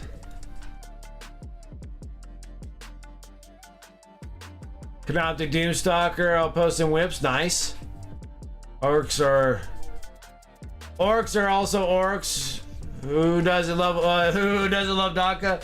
Orcs are kind of a thing, they're fun, but you gotta like roll real high dice. That's the reason why I wasn't planning on keeping them, because my dice rolls are terrible. But I've painted a lot of these guys. I'm almost done with them, and then that would be 186 orcs I have painted.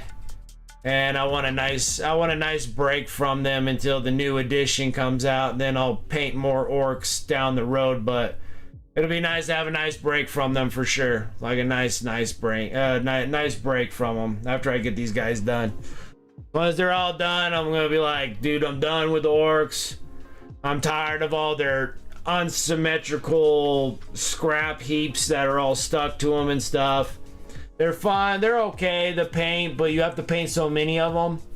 Can be a little distraughting, I guess, if you're gonna do an army of them. But yeah, they can be, but they're fun to an extent. But 186 of these guys I painted, and I'm like, or almost, I'm like 100. Let's see here, I'm 150, 10, 20, 35, 8, 7, 6, 5, 150 models I've already painted so far. So of just orcs, and that's just orcs. It's not even including any of the other stuff I painted. So I'm just like, it's gonna be a nice, good break from the orcs, but I decided I wanted to get rid of all my orcs because I got too many armies as it is. So I just been painting and selling these guys. But I'm planning on keeping my sisters, my chaos stuff, because I do like my chaos. Except I did sell all my Death Guard because I didn't really care if I was playing Death Guard or not. I'll probably sell all my Thousand Suns stuff as well. Just keep myself with like Chaos Undivided, like Red Corsairs and World Eaters, and that'll be it for my Chaos stuff. Blood Angels, Black Templars will be like my Space Marine go-to. Got the Imperial Knights. Imperial Guard. I'm only gonna be running like DKOK, so I'm gonna run like an army of horses. Just Death Riders and Rough Riders and all that stuff for the Imperial Guard. Probably some tanks and stuff. And Sisters of Battle for the Imperium. And then Xenos, the only thing I'm gonna keep for Xenos is the Gene Stealer Colts. And that'll be it. That'll be it. That's all I'm gonna hold on to. Everything else that I have, I'm gonna just paint them up and sell them off. I'm hoping eventually here to have a break to actually paint one of my armies would be nice. I think I need to add either another knight or something to my knight list. I think it's probably more of an armorer, but I have to think about it. I might add like a priest or an assassin or something in the group. Not quite sure what I want to add to it. We'll figure it out when we get there.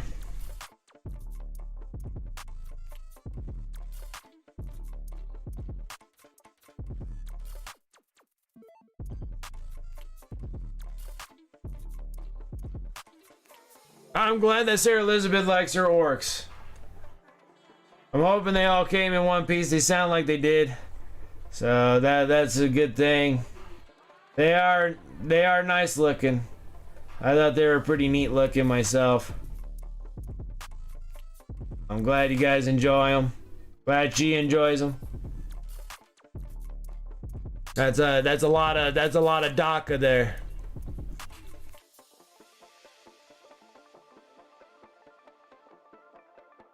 Yeah, so yeah, we got both of them here. These are the big shotguns that are going on here. That,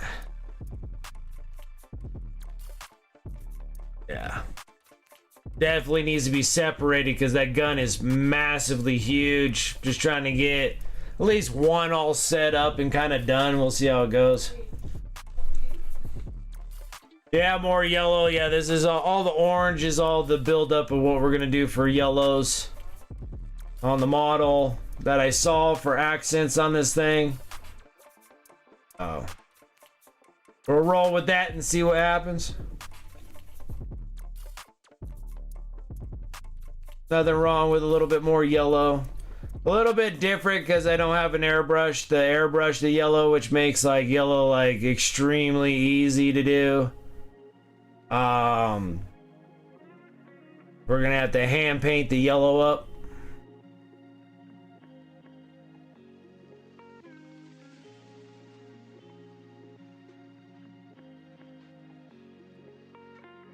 "40 intercessors is potentially like 160 shots plus thin stern guard." Oh, nice.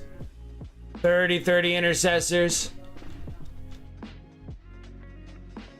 Really good, plus a pipe organ, our missile system, and the exact flavor of over-the-top silliness. Played serious. I love it. Yeah, like I've always wanted a Sisters Army since I was a kid, because I always thought those are cool.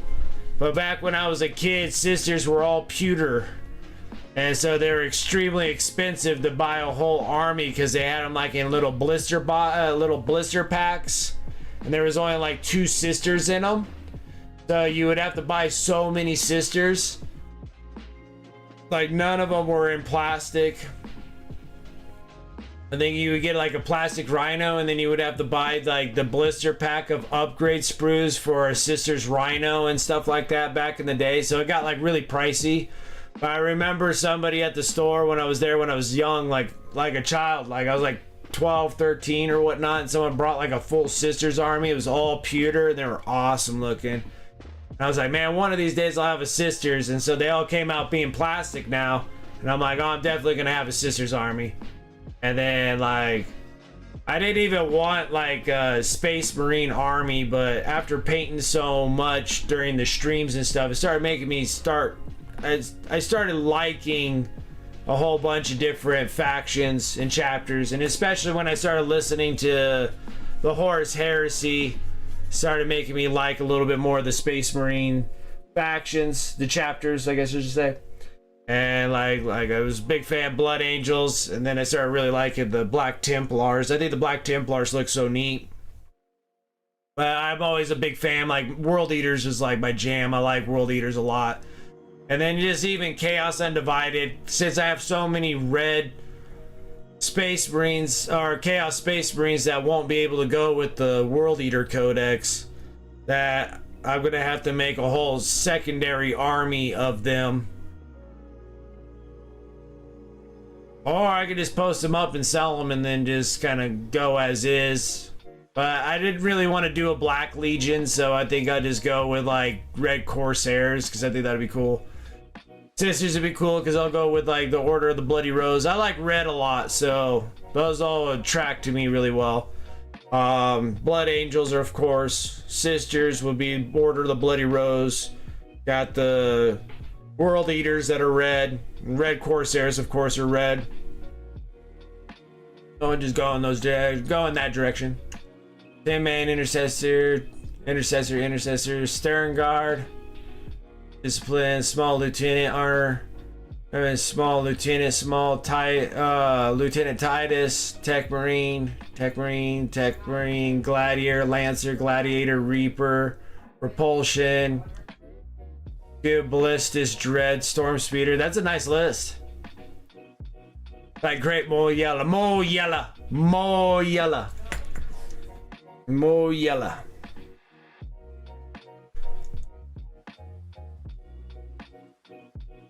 Paint orc model purple. Yeah, there's the purple skin. There's the purple skin orcs. Those are the sneaky sneaks. Those are the sneaky suckers.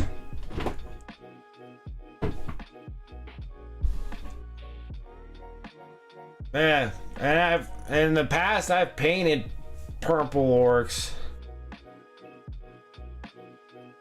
I think I have them on my kill team. No, I started them with a purple base and brought them up to green, but they had a purple base though.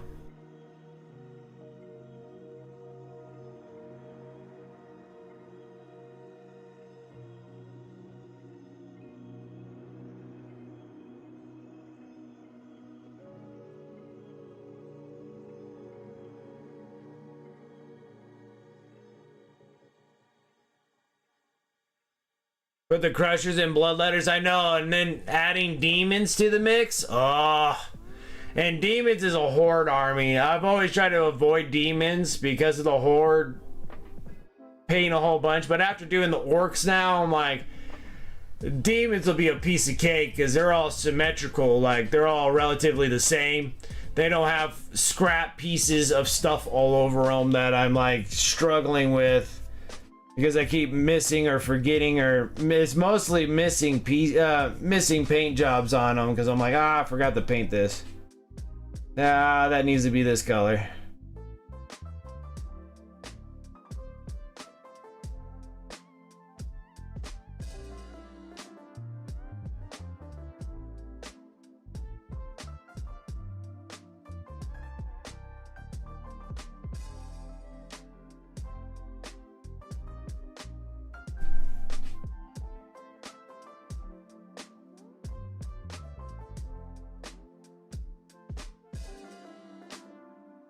Oh, I should separate.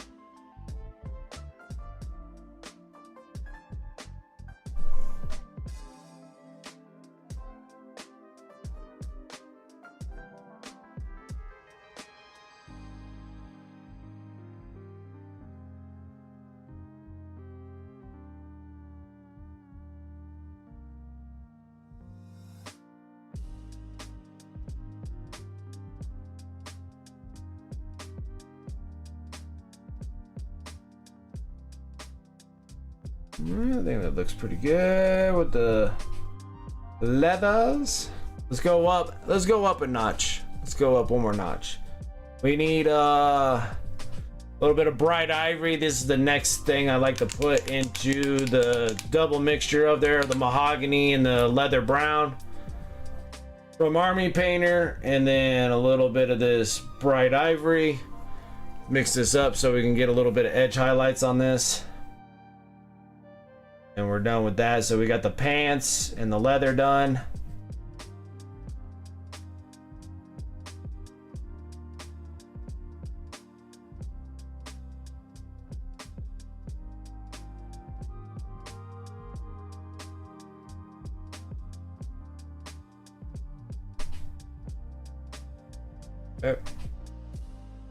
Anyways.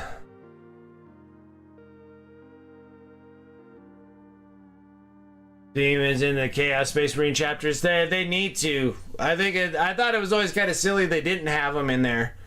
But of course they were trying to keep the factions, so I guess adding the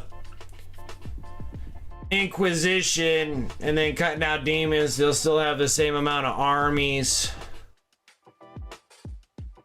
But yeah, like having the corn, the blood letters on the juggernauts with the juggernaut, because I always thought it was so strange. I'm like, they gotta give me a fast attack, and it'd be cool if I had corn berserkers on juggernauts. That'd be awesome. Like that'd be fantastic. Like that's what I would be running. It's just nothing but a bunch of juggernauts all over the place. But now they're gonna give me the corn, the blood letters that ride those things too, and I'm like, oh, it's over, man. I'm gonna buy a bunch of those. Buy a bunch of those. Oh man. Beast of Nurgles. I know you're gonna have a lot of cool Nurgling stuff that you can put in there.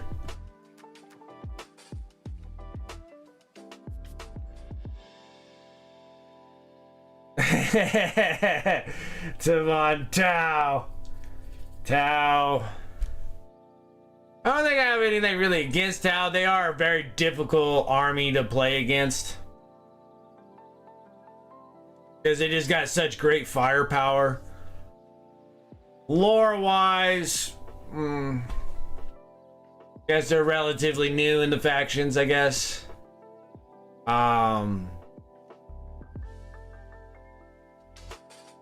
Trying to think of the one that I probably would dislike.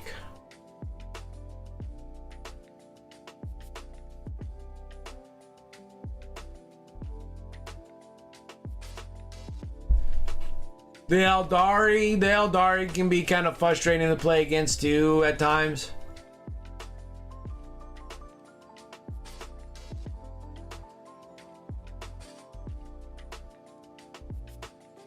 The only Dark Mechanicus army is in Horus Heresy.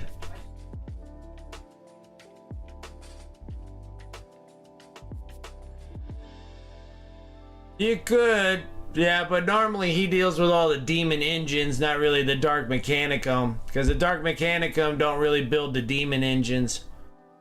I don't think, but maybe they do.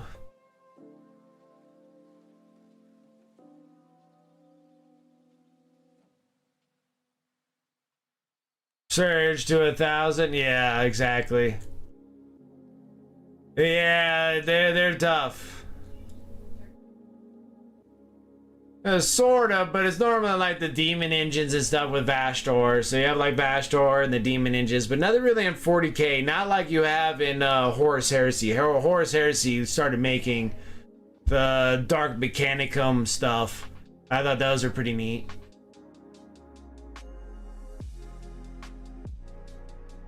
Yeah, the Eldar do have a lot of movement. They have a lot of power hitters. Not as much like movement wise, yes, for the Drukhari, because the Drukhari are the Dark Eldars. The Drukhari have like crazy movement, so it can tie you up pretty fast. But they're kind of brittle when you kind of hit them. They kind of shatter pretty easy. The Eldari, they can shatter easy too, but they got a lot of shooting power. Same with Tau. Tau breaks apart real easy when you get melee attack on them. But the Eldar have some pretty good firepower as well.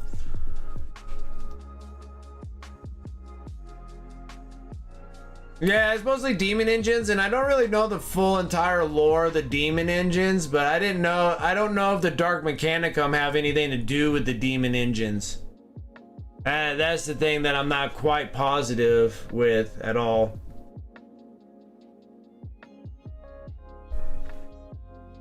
I mean, I figured that the Chaos Space Marines are getting something.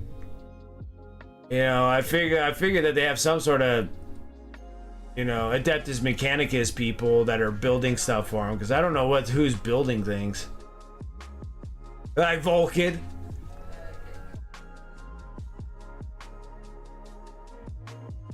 Everything's on a boat. Yeah, like everything's on a boat, moves really fast. Dumping things where you can. Glass cannons. Yeah, that's exactly right.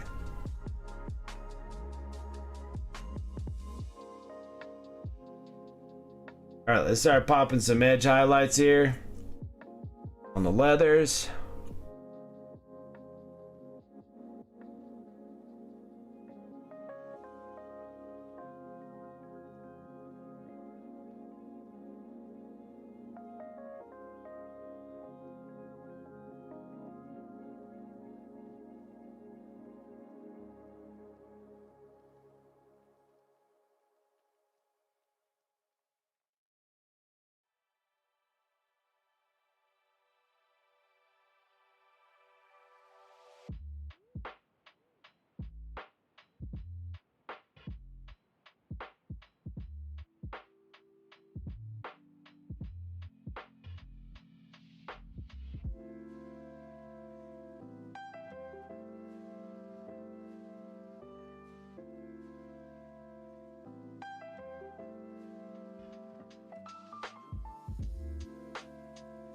And I actually do have some Tau stuff to actually paint up, which I'll be painting up a bunch of battle suits, so I think that'll be kind of fun to do.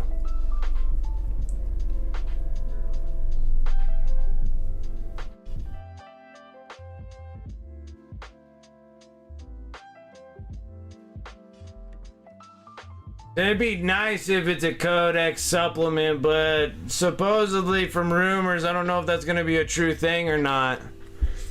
I think it's just gonna be a new chapter master, so I think they're gonna be getting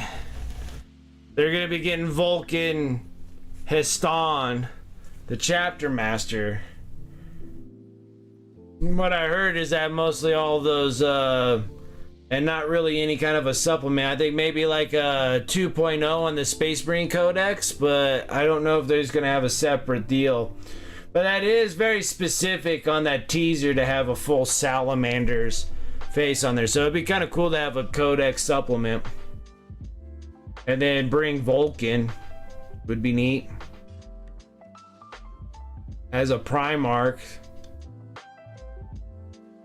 But I heard in rumors, and it's just rumors, so nothing's really true or anything, but that they weren't going to do that. But then again, I don't know.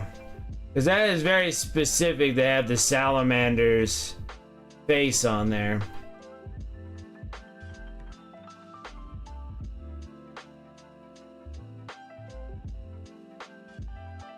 And it'd be really cool to bring back, bringing Vulcan onto the table. That'd be neat.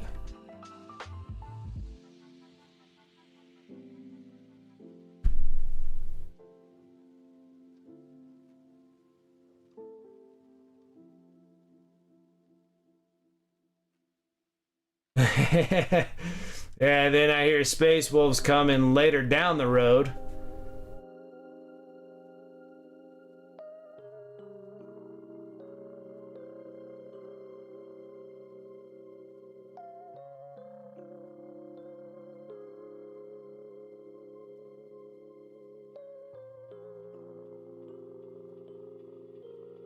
And I'm not much of a big Space Wolf fan either, but it's kind of nice to paint some of them, though. They got some really cool aesthetically looking models.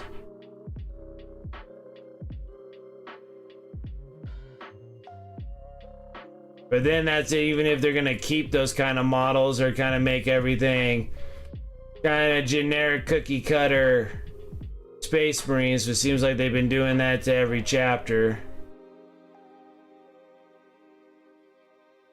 With only like a small handful of like special minis, you know, for that chapter, just like a small few. Then they're just like, all the rest you could just use the Space Marine stuff.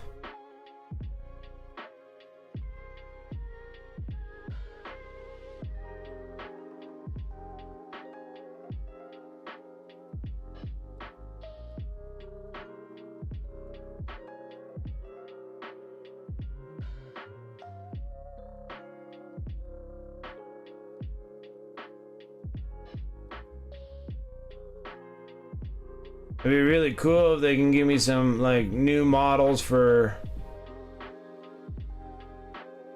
Black Templars too. Would be really neat.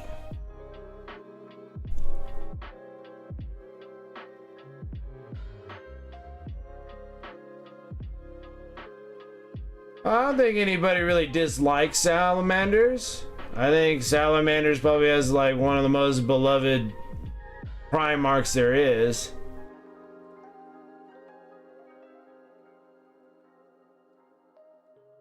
Besides Sanguinius. But he did. So. And technically they could bring him back and I'll be happy as a clown. They bring Sanguinius back, I'll be all for it.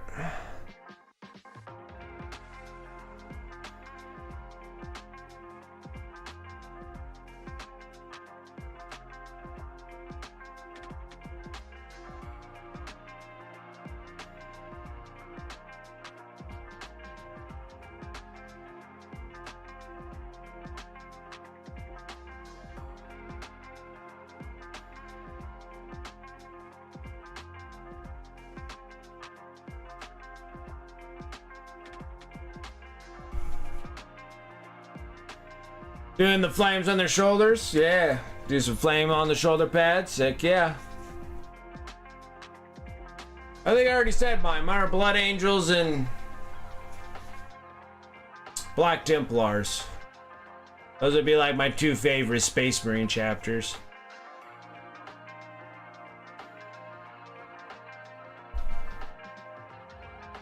My least favorite is the Ultra Bros.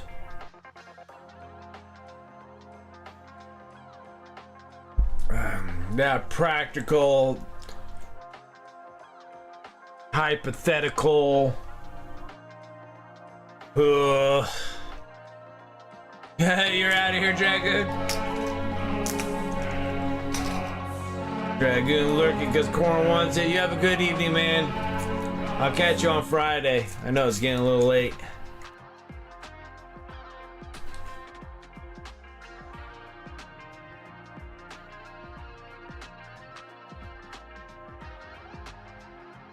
Yeah, but there's already a Vulcan. Well, maybe Vulcan in plastic for Horus Heresy. But he doesn't really wrap himself in Horus Heresy. He normally always talks about 40k stuff. So if he talks about, and it depends on what he's talking about, because he's saying Vulcan Histon, that's the chapter master for the Salamanders, and he has the same Vulcan first name like Vulcan the Primarch, and you have Vulcan Histon, who is the chapter master of the Salamanders too. So it just depends on if he's talking about the actual Primarch or he's still talking about the chapter master. But I'm like, it's just so specific on that little teaser picture of actually having the Salamander, so it makes it feel like that should be like its own supplementary codex, which I feel like they should have a supplementary codex for that, just for the fact that, you know, they still have a living Primarch. So he does say the Vulcan Primarch. Well, maybe that's it. Maybe that's it. I mean, it might not happen until the end of this year to bring Vulcan, but I'm still down for that.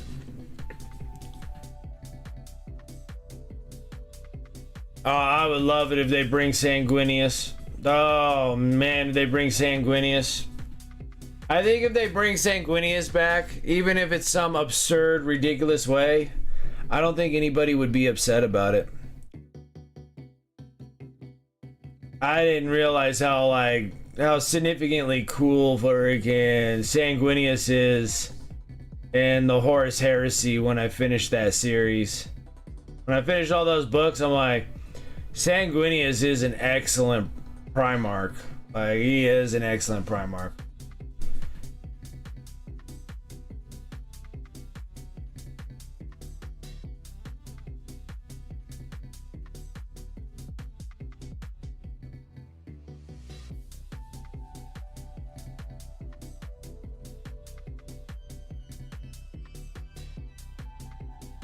Like, he is definitely a very cool Primarch. And I don't care what.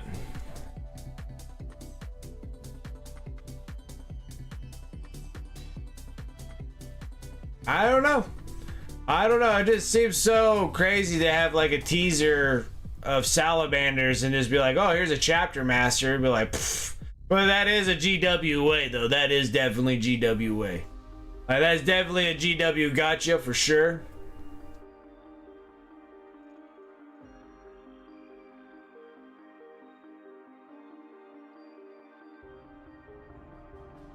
Yeah.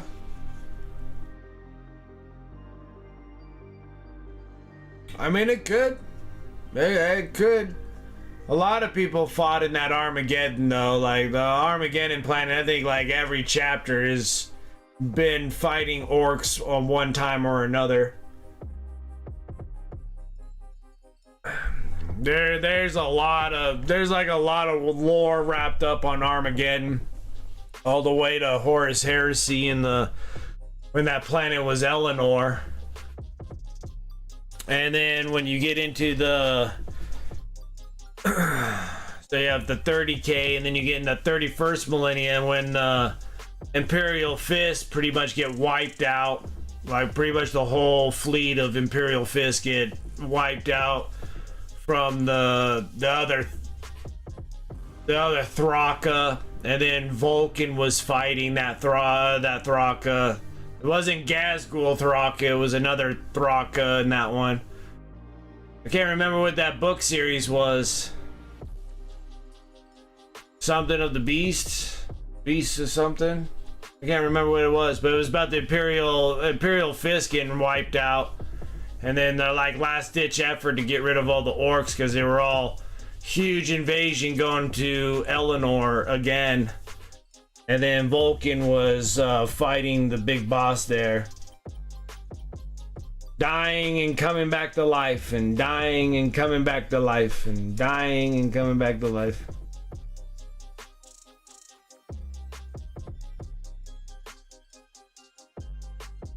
Oh yeah, there's a lot of times, and then Armageddon, a lot of stuff with a lot of things dealing with like the Valhallans of the Imperial Guard fighting on Armageddon all the time was the Valhallans.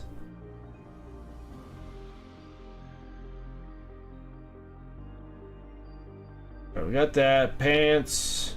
That's. I guess we can hit some bright silvers. Let's do that next.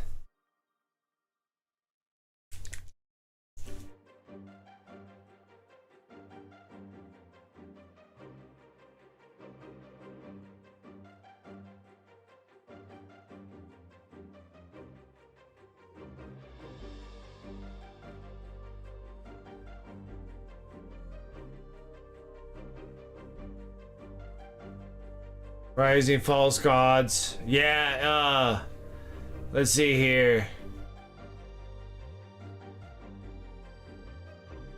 Yeah, Horus is it Horus Rising, the first book? The first book was okay. And like False Gods, the Galaxy Burns is excellent. False Gods are good. And then the Flight of the Eisenstein, freaking excellent. Like, excellent. Gosh, that book is so good. And then after you get past Fulgrim, and then you get the other books, Fulgrim was okay. Like, it was okay. And then you get past that, and then it just explodes into this huge universe, and it's just so much to keep up. Like, I'm planning on probably re-listening to them again. And get through it, but I gotta say, like, the Siege on Terror novels are absolutely stellar. Gosh, those books are so good. Like, they are so good. I'm like, wow, I'm like, what a great little finale on that dealio. It was good. Yeah, those two books there, like Galaxy Burns and The Flight of the Eisenstein, were like my favorite first like 5 books. Those two books were like my absolute favorite. They were so good.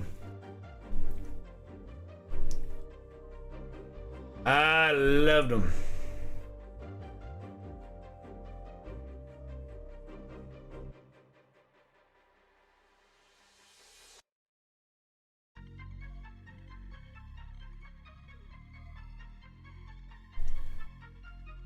And then there's like a whole bunch of books that I particularly didn't care for in the heresy deal. I mean, they all have somewhat of a significant value one way or another down the road. A lot of those books had like really no conclusions. After you get further into the books, they still don't give you any conclusions to those like questions that I got. And the big one is that I want to kind of listen to it again and then write down those questions that I have, because there's a whole bunch of them that kind of just leave you lingering, like what happened at that one time, because they'll cut back and forth, like they're bouncing in the novels from one area to another, and then one will like end like to a peak, like something's gonna happen, like it escalates, and then it cuts, and then they go to a different area, and they never go back to it, and it's like whatever happened to that, and you'll never know. And they do that a lot in a lot of the books that I've noticed, and nothing ever got answered. Like nothing got answered. And I thought maybe it'll come into the next books, but then like the next book will be in a whole different part of the galaxy. So it'll take like a few books before they get back on that side of the galaxy again, and they still don't answer the questions that I had. So I think I need to listen to it again and then like write down my questions. And then maybe some of them are answered in like current books, like the 40K books, or maybe they were in the codexes that explained stories. I'm not exactly sure, but I don't know.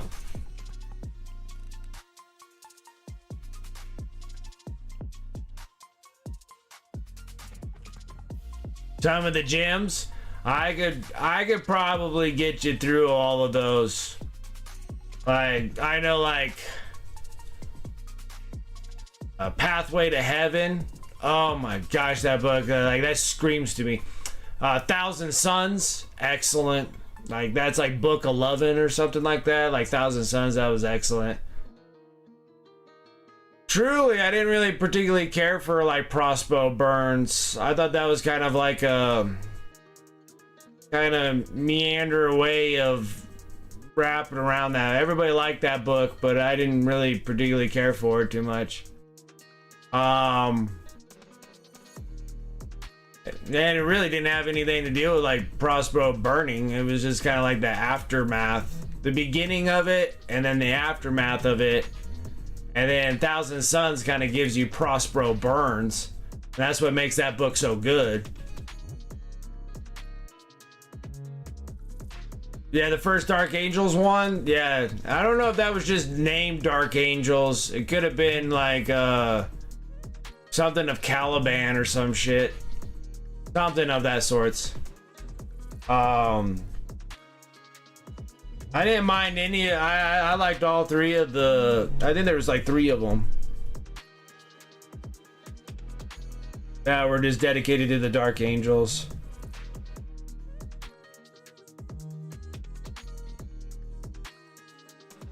I think the shorts were really good.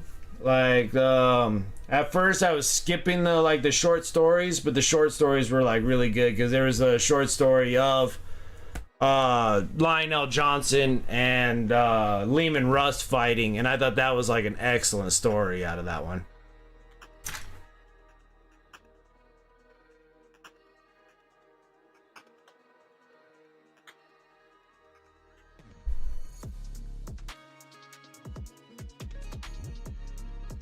But yeah, I could probably plug you all the way through that,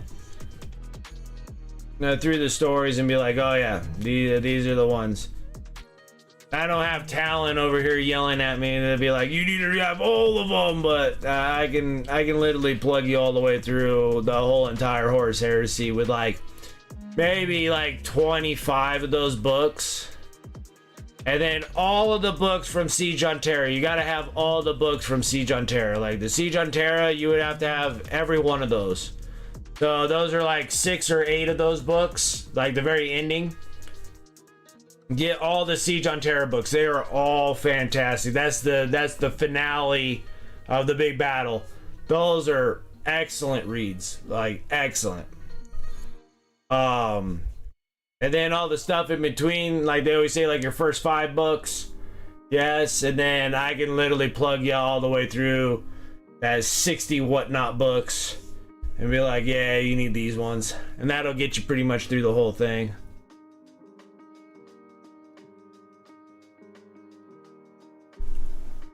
Yeah, you need them. They're all excellent. They're all excellent. Well, yeah, they're all. The majority of them are excellent. There's like 2 of them that are not. They're like, they're okay. But every time I bring up a particular author, then I get a bunch of slack talk from it. Because I don't particularly care for how he writes. I'm not a fan of his writing.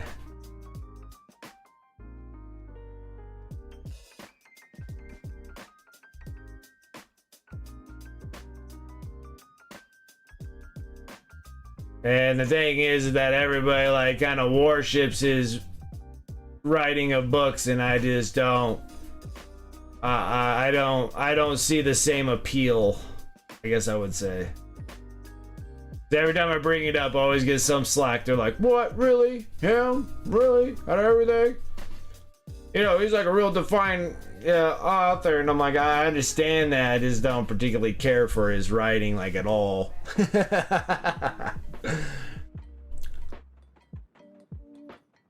Yeah, the Fallen Angels. That one's really good too.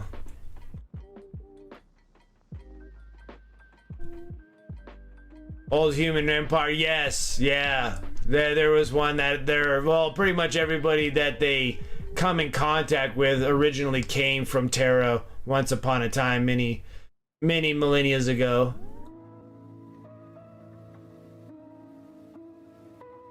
From the Dark Eldars, yeah.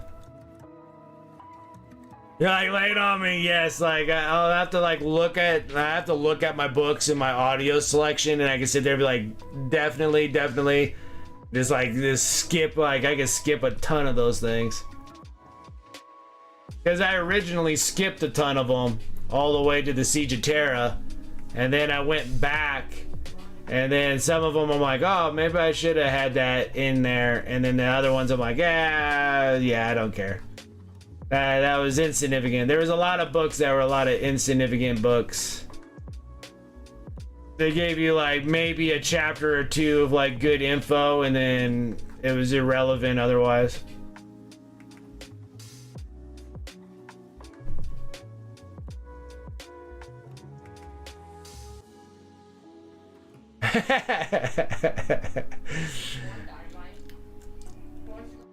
And after drilling into a population mind of freedom outside forces, they call it an exterminatus because the population refuses to join the Imperium.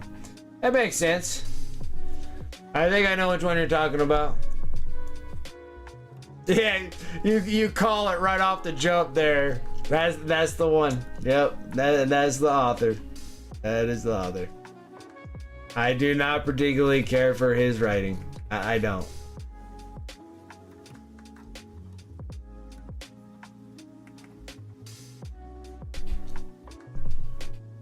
He does some books good, but not like all of them. Like they just. But a lot of people they absolutely love his writing. And I read a lot of his books. Like I read a lot of his books. Like like them trying to like the Eisenhorn, and like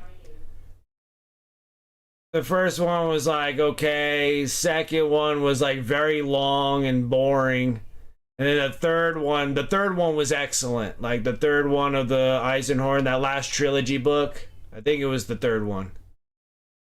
I think it was the Hereticus or whatever. Hereticus one. That one was awesome when they came across the Chaos Knight, and that thing was like that was fantastic. So he does have like, but it's a lot more misses than a hit with me.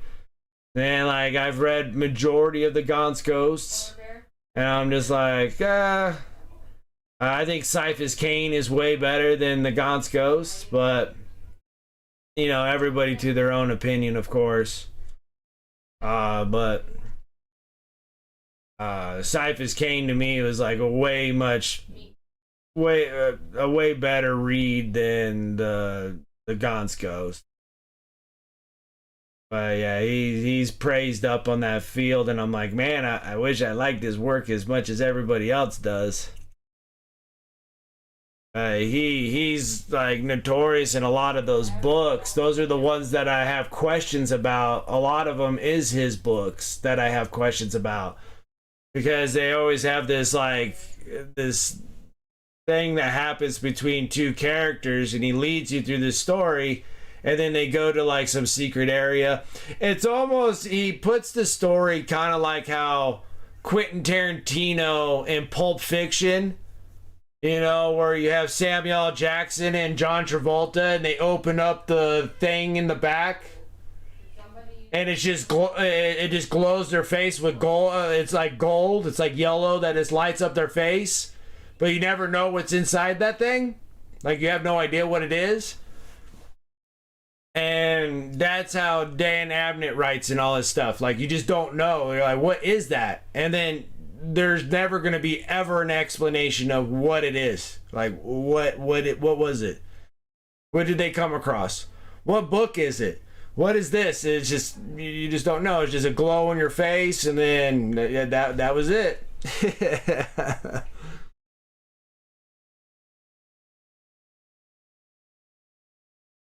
The newer ones of the Guardians of the Galaxy, because I've never really liked like that's another one. Like the movies, some of the movies are way better than the comic books ever were, and like Guardians of the Galaxy is like a perfect example of that. Like Guardians of the Galaxy were like crummy comics.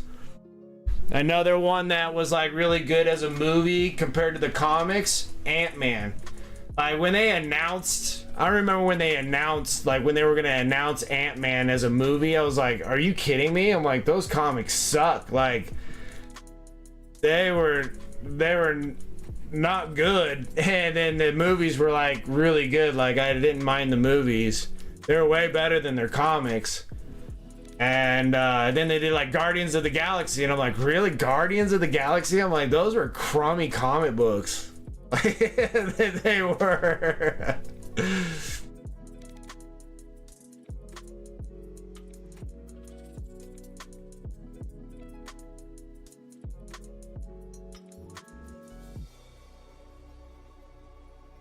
Michael Wallace's case, yeah, like that's what I believe. I know everybody's just like, what? Damn, it's amazing.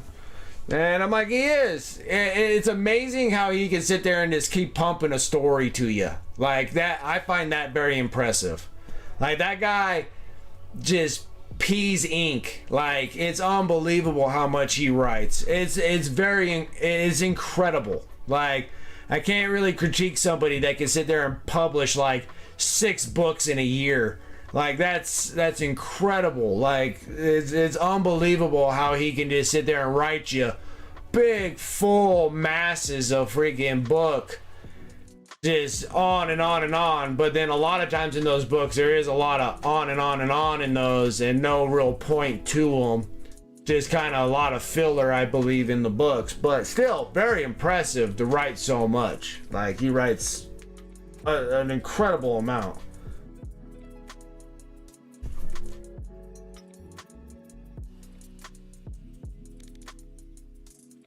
But other than that, yeah, I always get a bunch of. I get ripped into from time to time because a lot of people are big fans of Dan Abnett's writing, and I'm just like, sorry. He did do some, but that's the reason. Like, I didn't really like the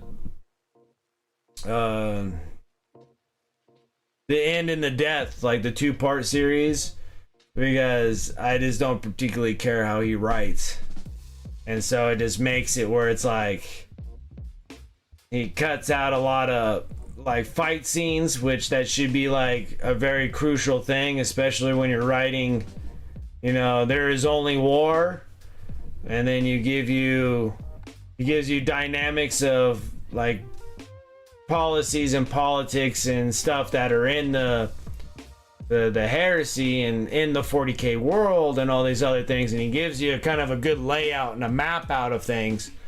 But then whenever it comes to like big battle scenes or big fight scenes and stuff, it's very watered down fight scenes that he does. A lot of times it's just an aftermath that he does. So it'll be like, what was the one thing that he did? He did it in he did Saturnine, right? So he did Saturnine on the Siege of Terror books, and it was like it was him it was Karn the Betrayer. It was Karn the Betrayer and Sigismund, is that what his name is? Sigismund from the Black Templars. And then they'll be like, and then they lunged at each other, and then swords clashed against axe, and then he'll stop it, and then go and start picking on all the other stuff of all the drama going around. And then at the end, they'd be like, Karn the Betrayer, you know, being on his knees, and he's bleeding out, thinking to himself, like, how could I lose? Like, he just, like, cuts the battle scene completely out, like, it's already done. He does that a lot with, like, Loke and Gaviel, too. In his writing, like Gaviel's fighting this like crazy looking demon. They clash together. They lunge towards each other. Cut it. Go into the next part, and it's all this other like little Hardy Boy mystery thing. And then get back to it. And then like Gaviel's still on the run. Cut off the demon's arm. I guess that's what happened during that whole process. And don't really know anything about how that battle scene happened. But he's on the run now, and it's that kind of thing.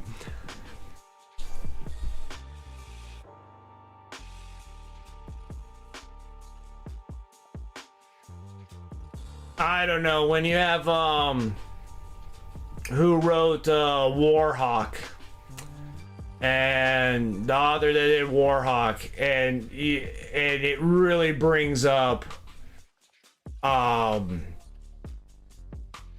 Jagatai Khan when he's fighting freaking Mortarion. Like, you're having like big massive battle scenes between White Scars and the Death Guard, and in that thing they were fantastic battle scenes. They were unbelievable battle scenes, just the explanation of it and everything else that was happening. Jagatai Khan just mowing through people, stabbing that Leviathan dreadnought and lifting it in the air. I mean, there's just so many amazing things, but there was no cutaways. There was no taking this huge battle scene and going, let's just end it here, and then at the end this was what the aftermath was. And I'm like, I want to know what that was. And then how that big fight between Mortarion and Jagatai Khan was just so intense in that book. Like, Warhawk was unbelievable. Echoes of Eternity with Sanguinius fighting that Khorne demon thing he fought previously over in his home planet, and then fighting him again on Terra. And seeing how he destroys him, and then after he's done, he's like beat up and kind of battered. He's tired. He's breathing kind of heavy, And then all of a sudden in the distance he hears this screaming freaking Sanguinius, and then it was Angron, all demon form coming in. It was an unbelievable battle scene.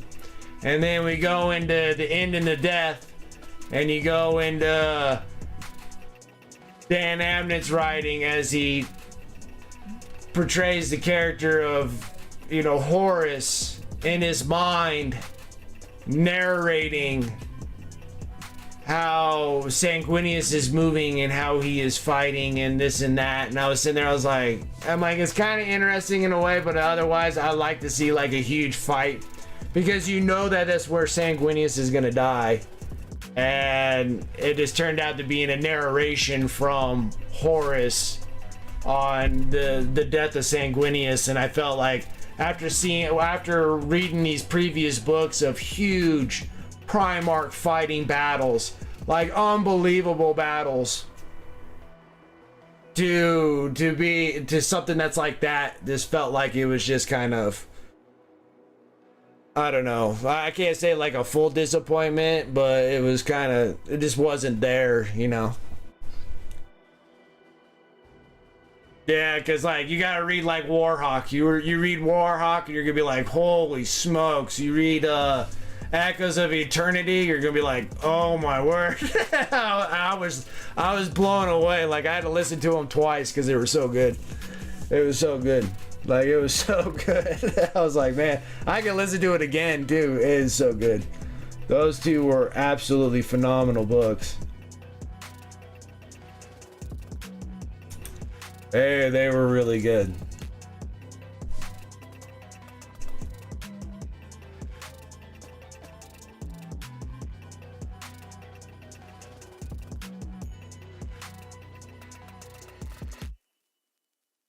But then again, I like my books kind of like how I like my comic books. You know, I like action-packed and keeping me entertained.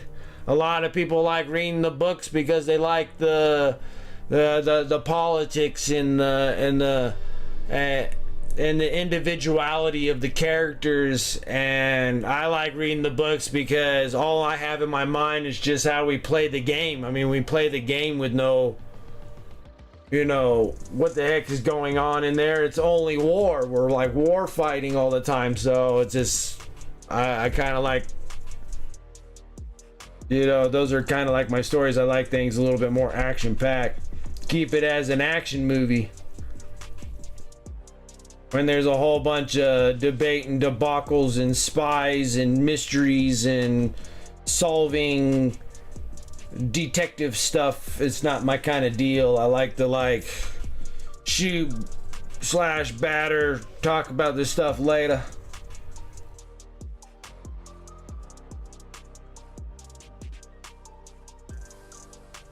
What's up, Ginger Beef?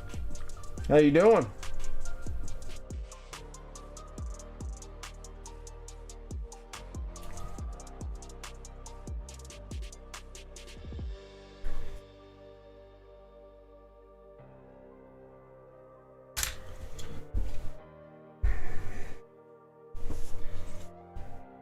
And then like Pathway to Heaven was like an absolutely stellar book too. That one was the White Scars. I think the White Scars probably have some of the best chapter masters.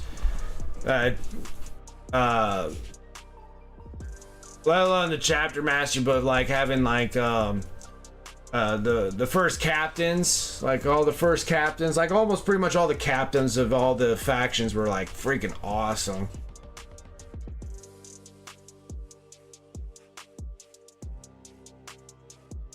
Oh, you're gonna go on a ski trip. That's fun.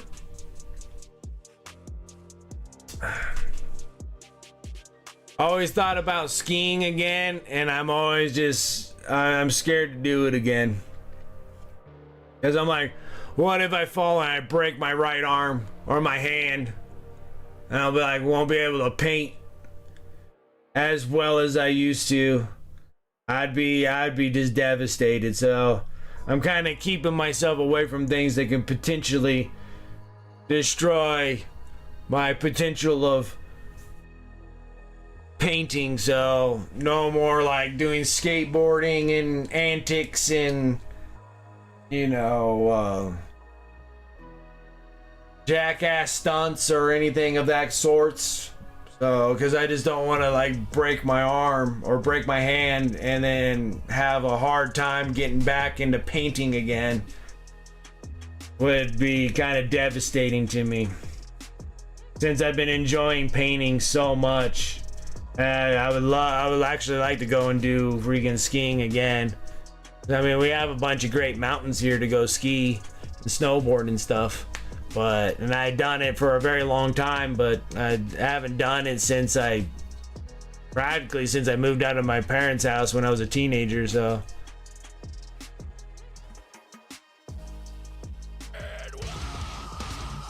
Was Angron killed Yerrick? Oh, is that true? Nice. Impending Duff, dude, thank you. Coming in with that raid. Welcome, Raiders. Welcome, Impending Duff. Thank you for that raid. I appreciate it. How was your stream, man? What were you up to? Unless you got to bounce and go do stuff with the... Actually, how's the farming life? That fucking ginger.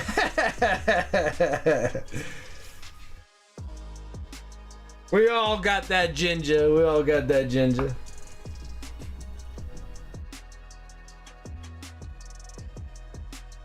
What do I want to do here?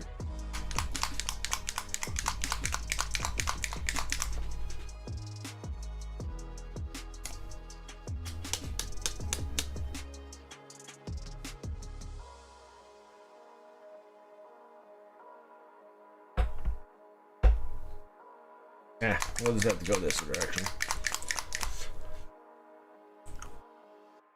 So farm life is for you? You love it? That's good, man. It's good to hear. I know that was been kind of a lifelong like dealio that you wanted to do. And I was hanging in your streams in the past before you did the move, because I think that's why you have the farm down where you're at now, is you're moving from one state to another and stuff like that, and that was like your big deal, was wanting to do that farming life. I'm happy for you, man. That's great. That's good to hear. Other than that, what were you working on? What were you up to on your stream? If you don't mind my asking. As you can tell, I've been painting orcs. I've been painting orcs for freaking months now. I'm almost done with them, and once I'm done for a while. I'm almost done with these guys. No more. Like 186 of these guys. I'm done. I'm over this stuff. Time to paint some other stuff. Paint some Tyranids, paint some Necrons. Those are my next on the list stuff. Next on the list. Tanks, huh? Nice. Nice. Are they Imperial Guard tanks? Is that what that was up? What we're talking about?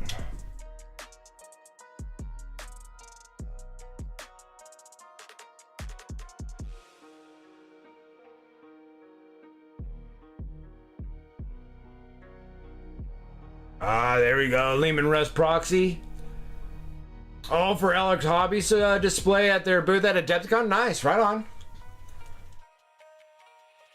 There's 1 tank, 7 turrets, 14 main guns, 4 sponsons, and 3 body guns. That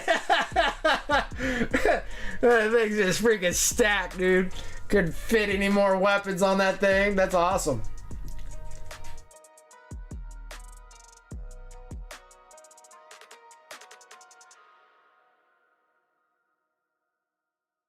That is awesome.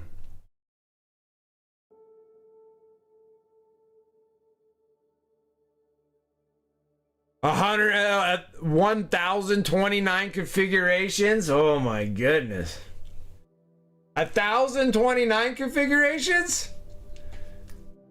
Jeez. So you're saying that's a magnet person's paradise right there. Let's magnetize it.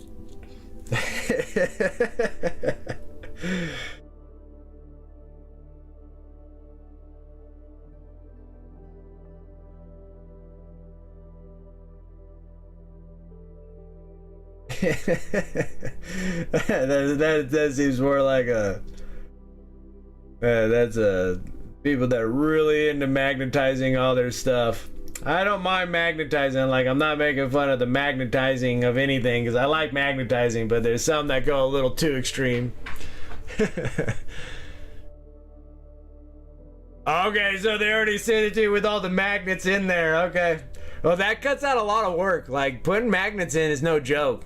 Making sure that you get the right polars and stuff so they'll actually stick together and stuff. You know, a lot of markings and making sure that you get them all proper.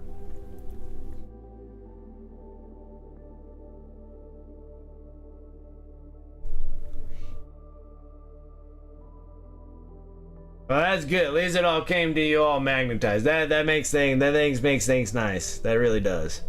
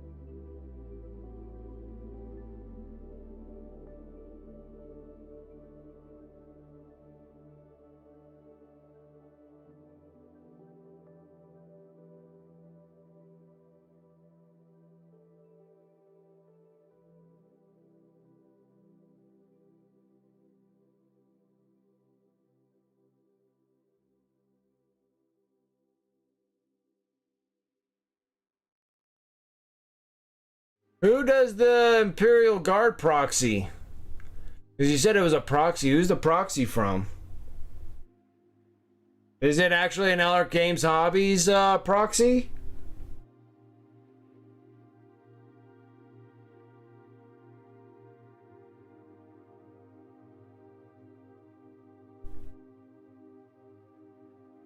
Because I thought they just did bases. So gonna be one on their badass bases.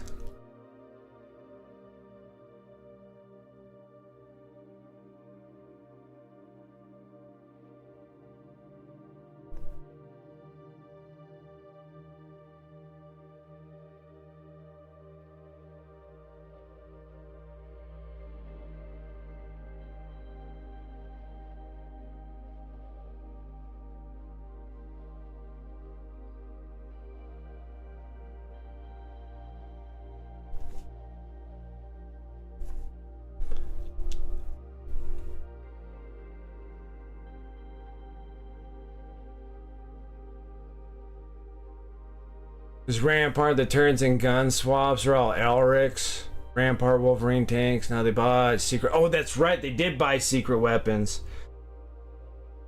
Are they? Since they bought secret weapons, do they carry secret weapons paint? Or is that are they doing the paint with secret weapons, the secret weapon paints, or are they just doing all the other stuff that comes with the molding stuff? They do. Oh my word. Okay. I love secret weapons paint. That's I like all their weathering paints. All their stuff. Well, that's good to know.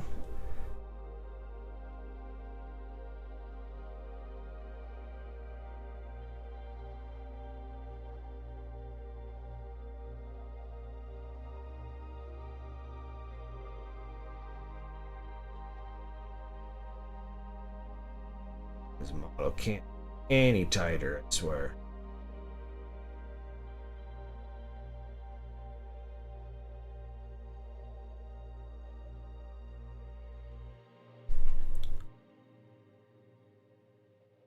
Or is it a secret? It's a secret now. You missed out. No. Elric Games and Hobbies. I know they said something about acquiring secret weapons, but I thought it was just the IPs for the bases and all that kind of stuff. I didn't know that they were actually doing the paint also. I'm like, that's awesome, because I do like secret weapons paint. Especially when it comes to the pigment paints. Like, I've always loved... shoot, we can go all the way into like engine grime, engine fluid, old oil. These things are excellent. I love their heats for their heated guns. So you got like the orange heat, you got the purple heat, which is kind of more of a magenta, and then you got the blue heat. But then if you hit the purple heat and the blue heat, and then it gives you like a true purple. But I love them. I love all the tires, black tire, rubber, all that good stuff. Even all their rust stuff is really good too. I like the old rust, red rust, orange rust. I think all those paints are awesome. But I was like using them, and then I was like running out. Elric with an E.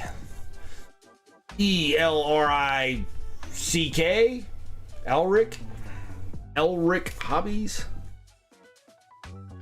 And they have a bunch of, and Elric already had like a bunch of cool bases that they have. I have a ton of Elric hobby bases. Yeah. Where did I do them? Got 15 drawers. Pick.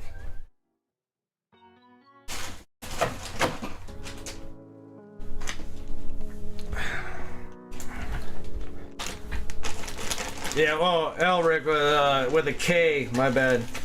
Yeah, Elric Hobbies. Yeah, they have some pretty sweet bases. Like, I got tons of them. But then also Secret Weapon has some awesome bases too.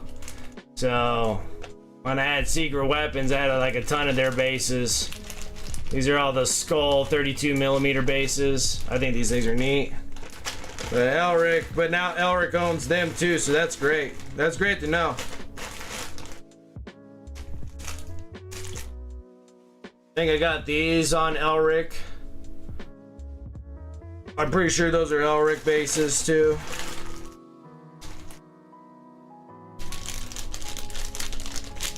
Yeah, so they got some pretty neat bases. I really dig their bases. But yeah, if they're carrying the paint too, I'm all down for that as well. I thought Secret Weapons paint was gonna be just, you know, gone with the wind, so I'm kind of stoked that they're actually doing the paint line as well. That's very exciting. That's like very, very exciting. I can actually get like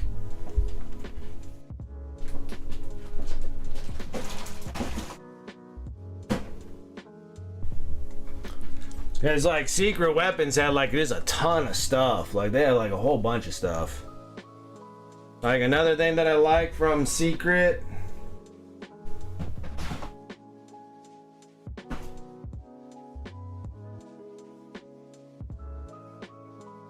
these have so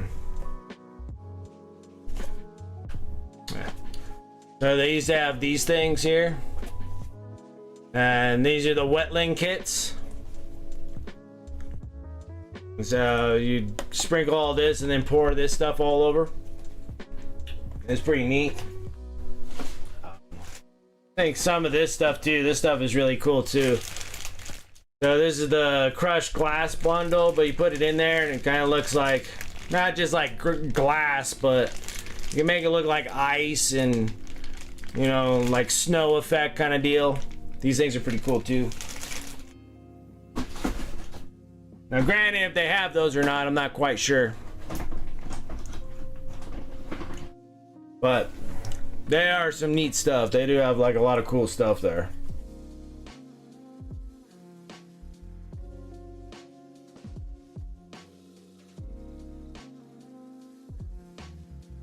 That's fantastic. That's great. Now it's good to know because I never really think about going to Elric Hobbies for paint. So I always thought that Secret Weapons was just toast with the paint. So now being able to get the paint line too from them too, that's awesome.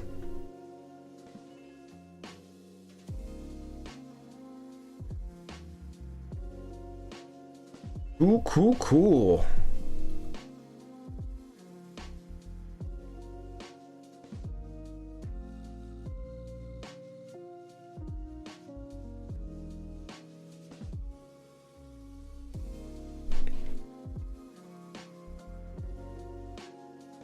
Yeah, Elric bases are awesome.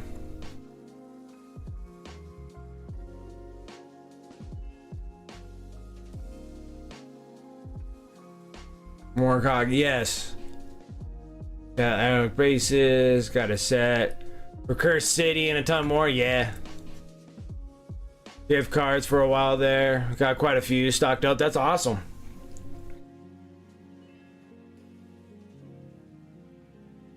Yeah, I definitely I liked all their weather pigments. Their paints were okay. Because they were like their mech paints for kind of like your basic paint color lines for if you're gonna do like Gundams or BattleTech or something like that. Those were some like awesome paints too. But I was more into the weathering paints. The weathering paints were awesome.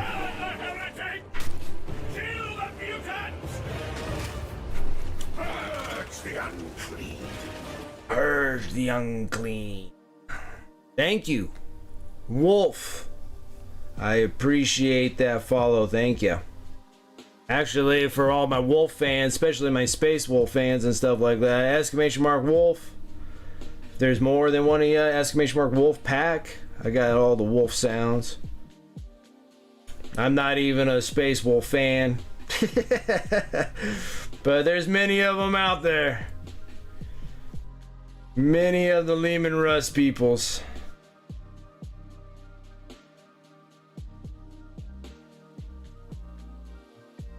There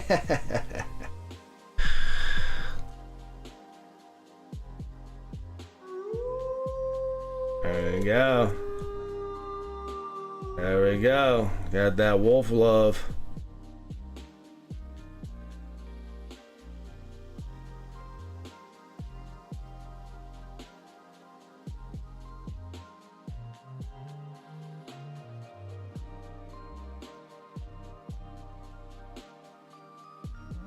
Yeah, so I'm working on a big mech with shock attack.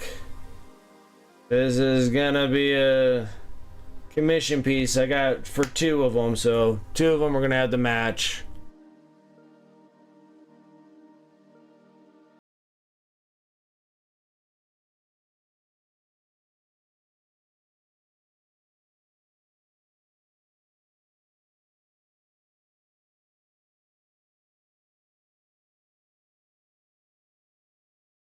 And I'm exiting a lot of orcs out of my life. I don't need any more orcs in my life. They were fun to start painting with, but I'm definitely over them. But I always gotta take a...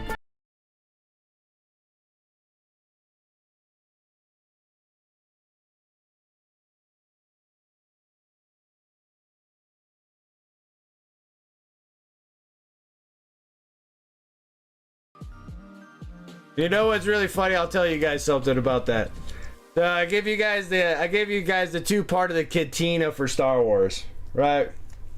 And that's just kind of letting you know, like, people that have been on my stream for a long period of time, I'll start doing little cut bits for you guys.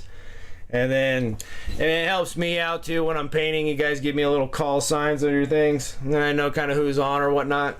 So here's a little funny thing. So when you guys do the Cantina song, so Tavon starts it, and then shortly later you do it a second time. Since I'm streaming on Twitch and YouTube, the YouTube pops me for copyright for using that song, but it's cut in two parts because I cut them short enough where normally it kind of dodges a copyright. But because you guys put it together, it gets the actual amount of seconds that it needs to hit a copyright. It doesn't get me in trouble or anything. They just kind of give me a little warning thing, and then I have to kind of mute the katina out of the YouTube video. But it's just funny. I had to bring that up because it's so funny. Because it's like you guys hit it like right next to each other to make an actual full cantina song that I get nailed for. It's hilarious. I sit there, I'm like, how do I have a copyright? I'm like, what's the copyright for? And they're just like, you use the cantina song in your stream. And I was like, oh, because like if it's fine. It's not like it's a big deal or anything. Because it's like nothing against it or anything, because it's still too short, because it's not like the full cantina song. You gotta try to break the relative rules on that one for how many seconds the thing's going on, because it's the same thing with like the In Wave song comes in, and like I had like a back-to-back raid. So when you have a back-to-back raid, it will say the In Waves, it's short enough where it doesn't get caught for a copyright. But then when I had a back-to-back raid, like back-to-back, it would do the In Wave song and then did the In Wave song again, and it was long enough to flag a copyright on YouTube. So, but it's not a big deal. They're easy fixes. They're like super easy fixes. So you guys definitely use them. I'm not saying not to use them. Go and use them. Because they're a real easy fix on YouTube for me. It's just like, it's like 3 clicks and it's done. Like it's nothing.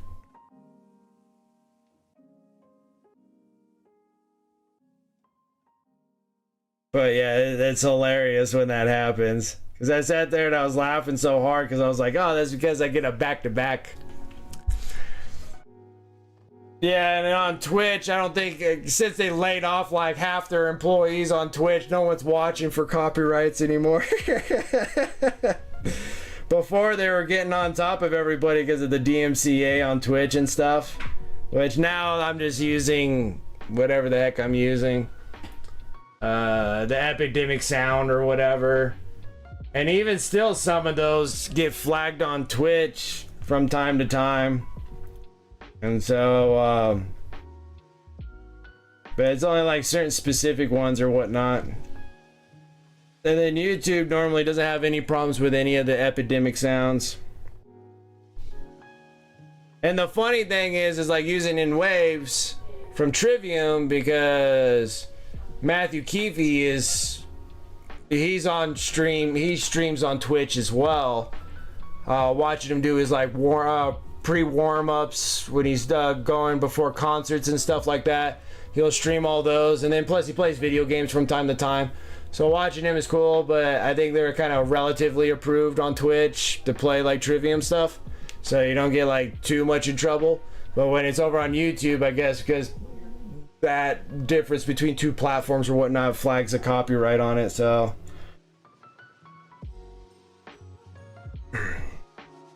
But it is funny. And it only happens in like certain circumstances, so. Yeah, I know, it doesn't have the same effect until you not put them together, but it's just so funny where you guys actually hit them together like that. And then all of a sudden YouTube's like, whoa. But say like only Tavon was on that the other stream, it was just like Tavon was just on, and he hit his part, never got a copyright. Or if you're on and you hit yours way later, I never get a copyright. And then it's only when both of you guys hit back to back and then I get hit with a copyright. It's fun. It's just funny. It cracks me up because there are 2 parts that I cut them short enough to not hit a copyright.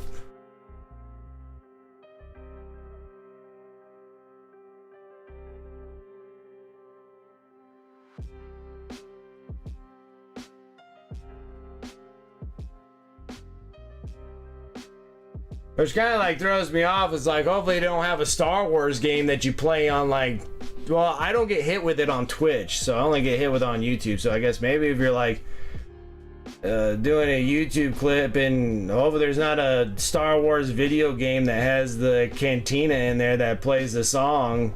Because man, if you're trying to play a video game and getting flagged for copyright for playing a game that has that song in there, you're like, I don't know what to tell you.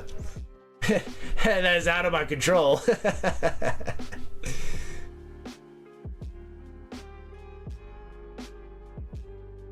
Oh, I like to share that. That one was funny.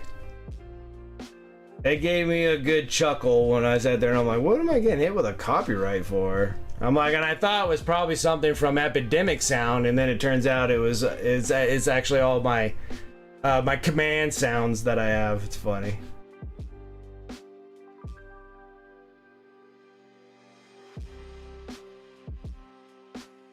Yeah, I'm sorry it's taking so long on the yellow, but problem with yellow is that everybody has a problem with yellow. Nothing really long. Yellow's beautiful. It's an awesome color to paint. It's just extremely transparent. So I was using the burnt orange as a base coat underneath, because the yellow will actually just be so transparent that the orange will bleed through. It's no different if you're doing like browns or pinks or whatever on your first kind of coat through. And of course I'm mixing the burnt orange with this yellow so I can kind of have a little easement to it. Normally you'll fly through this on an airbrush, but I only have like just so many little spots I have to get yellow onto. I was gonna do it with a brush, and it's doable with a brush. But the one thing is, like, two things that I like to do with this: making sure that all my brush strokes all go in the same direction. I don't like crossing over, because then you'll get kind of like dark and light spots when you're doing it. I try to keep it relatively thin as I'm putting them on there, so it's not technically like glazing, but you're kind of semi-opaque, and it's already like super opaque anyways with the yellow. And then you just kind of layer it on. Just don't like go too heavy on it, because a lot of times the most I see when people are doing yellows is that they're putting it on too heavy. Just take your time, just going light on there, and just kind of lay on the layers with a brush. It covers quickly, and then make sure you give it plenty of time to dry before you start laying on another layer on, so you don't tear the paint as well. But I try to make sure that I'm always constantly going in the same brush stroke direction, so I can kind of get that same coverage. And I'll do it like 2 or 3 times so I can get that yellow cover over top of that burnt orange, or the brown, or if you're doing like a golden brown, a burnt umber, or like a light burnt umber, or even if you're going like magenta pink. A lot of people have been going in that direction, going into that magenta colors, because the magenta is pretty highly pigmented enough to actually give you a nice good first base coverage, and yellow going over top of it still kind of relatively gives you an orange, but it does give you a pretty good coverage and a good structure to build off of to get your yellows.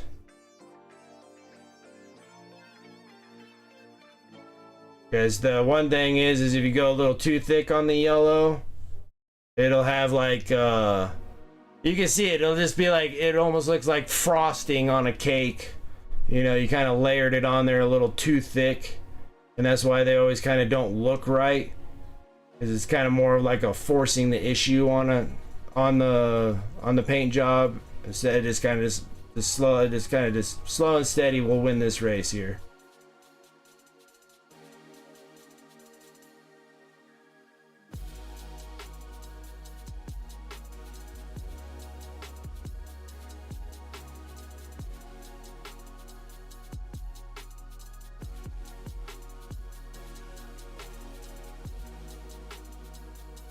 But just a brush tip. Just a brush tip from me.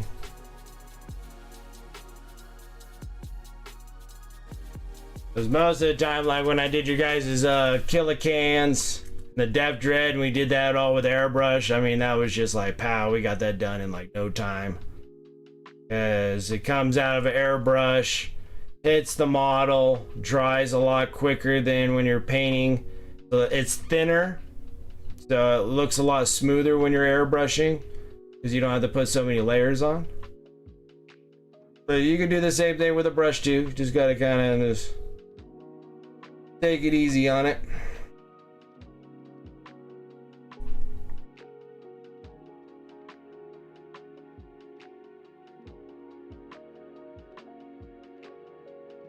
And it always feels like you're never getting the coverage, because as soon as you paint over top of it, you're just like, I can still see the orange or the brown.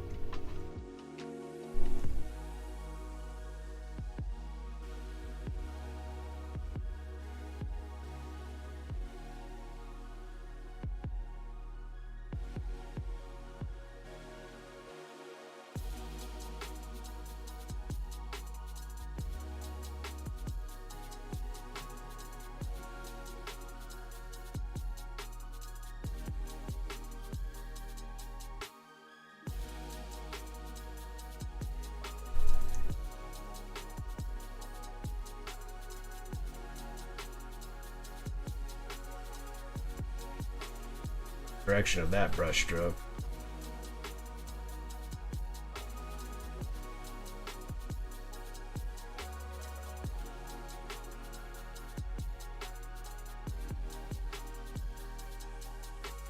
So yeah, so now my next deal, what I'm trying to do with the,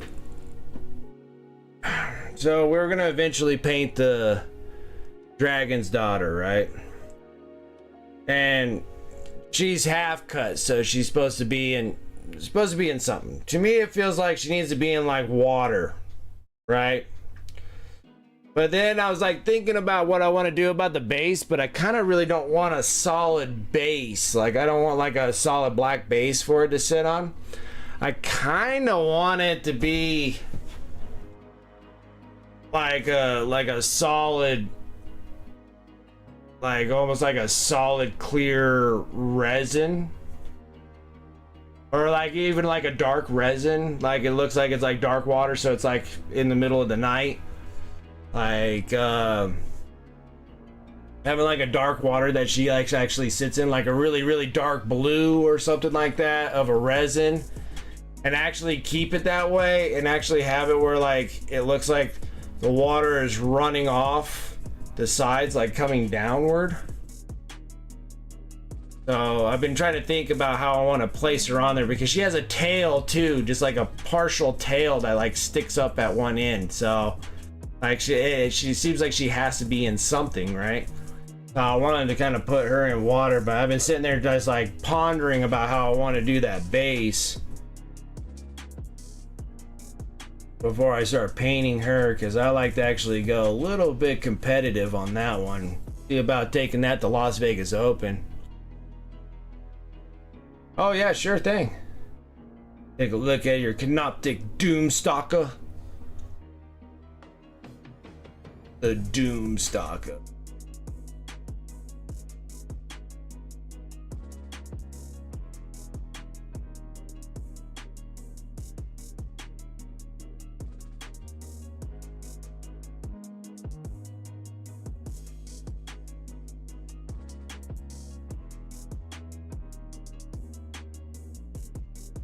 Yeah, let's see what we got going on here. Take a gander.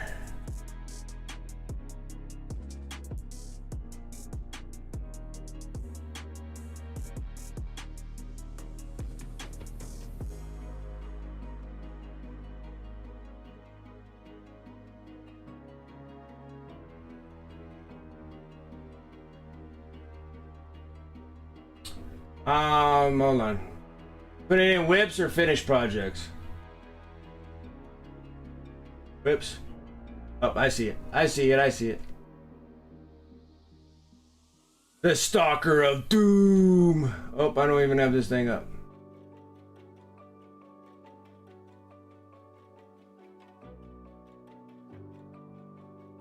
In here?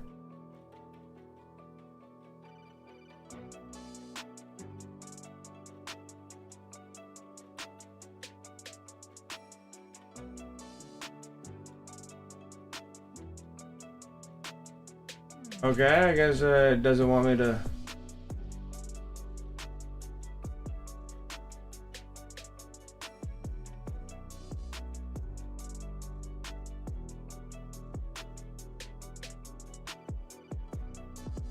This one.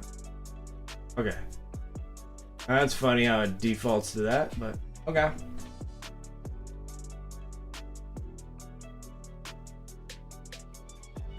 That's a nice looking Doomstalker, man.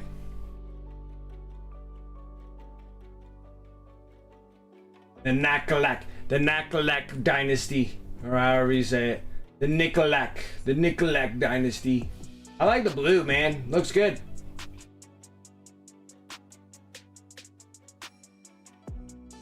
It's nice seeing some Necrons with some color on them, though. I really do like it. How boring I'm going to be painting my Necrons. Paint my boring Necrons. They're just going to be all silver with all the GW stuff. Just try to use them all up. Looks good, man. I like it. Looks like you did some...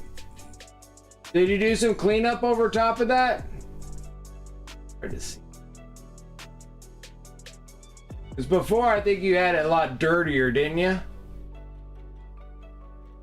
Ah, you did do the dry brush. Okay, okay. Okay, I can see it. Oh, is it a Sawtek Dynasty Necrons? Yeah, the traditional, yes. Yeah, the Sawtek soy sauce Necrons. Looks good, man. I like it. That was a good job. The dry brush did really clean them up. It looked really good. You did a great job on that.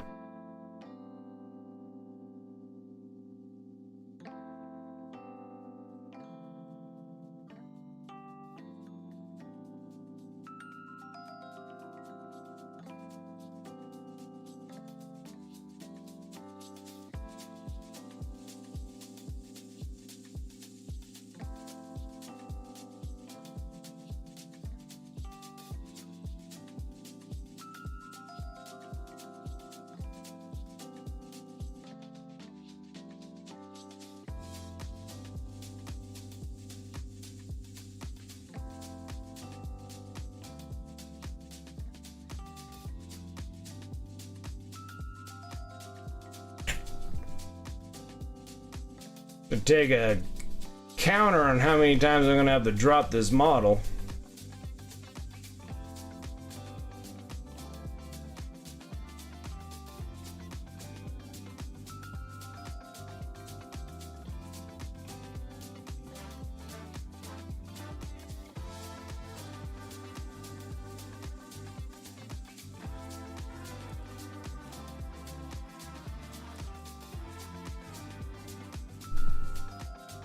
Base and it'll be done. It is gonna be nice looking Necrons, man.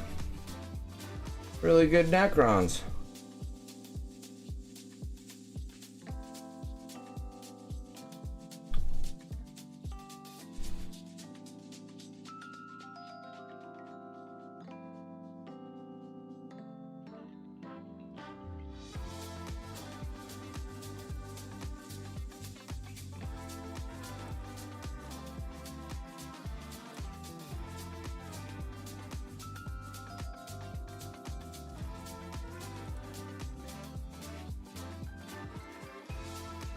My dad's gonna bring out the Necrons next time, I think.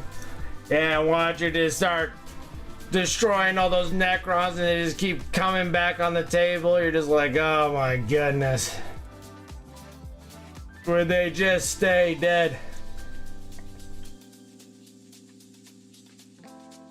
But I almost feel like the Imperial Guard's gonna be exactly the same way too. Just bring back D3 more of them. Keep bringing back the units. She's gonna be like, why don't your Necrons just stay dead? Reanimation. Bring D3 Lost Wounds back. Yeah, the Death Guard's been pretty nasty. You got a pretty nasty list. It's a good list. But a very difficult list to deal with. Oh. I think the Necrons will probably be a lot more fun. I know, it was awesome. How many of the Killicans had defective red button pushes and blew up?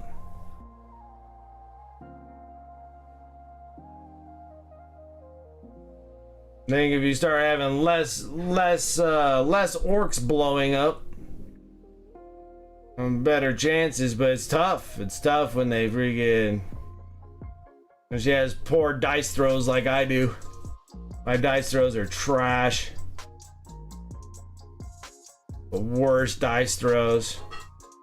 The only good dice throws I have are these lucky 4 that I keep on showing people off because I got all these cool ones from Baron of Dice. Got all my custom dice. And these things are awesome. And every time I roll them, now I'm going to show off and watch. I'm going to roll nothing.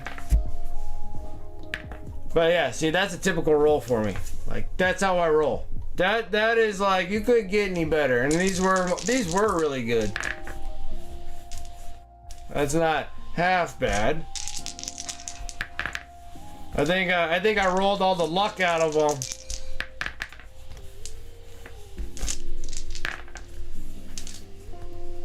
That's not a bad roll there. But yeah, so most of the time I'm just rolling nothing but trash. Non-stop, can't help it. I don't know why. Like I think I would dominate in Conquest, because Conquest is like works in reverse of Warhammer. Like rolling low numbers is like good numbers.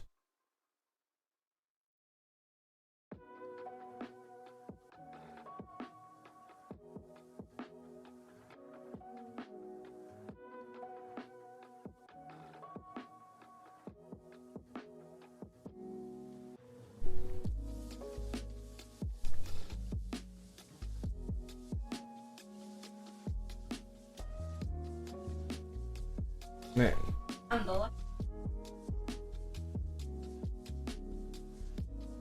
Ooh,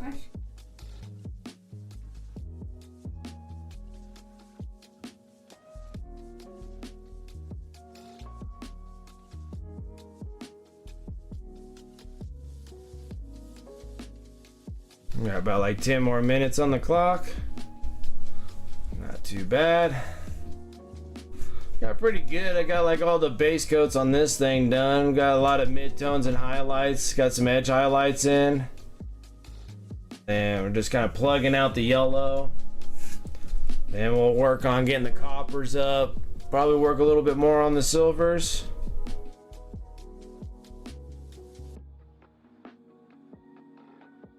I'm kind of up and down if I want to rust out the silvers. Go that kind of direction.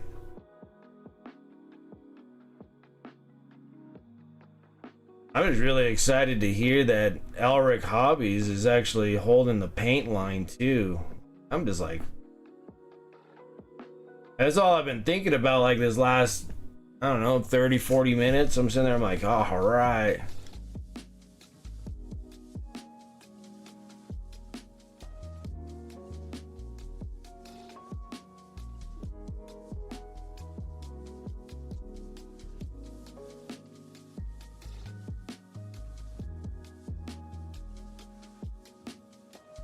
Part of Cadane. Oh, well, tonight it was 2 cultist units, Plague Marines, Spewer X, Melta 2, Heavy Weapons 5, Blight Launchers, or 5 Blight Launchers, Plasma Gun, Biologist Putrefier, and I forget what an FBS is.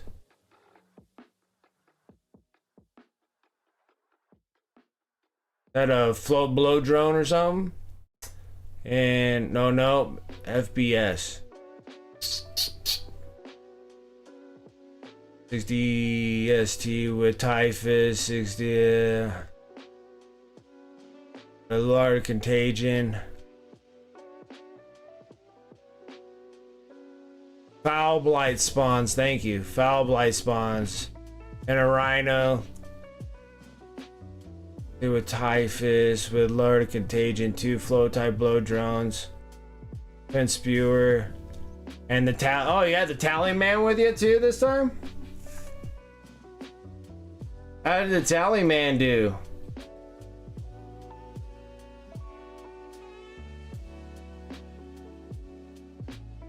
I don't think there's very many people that actually play with the tally man.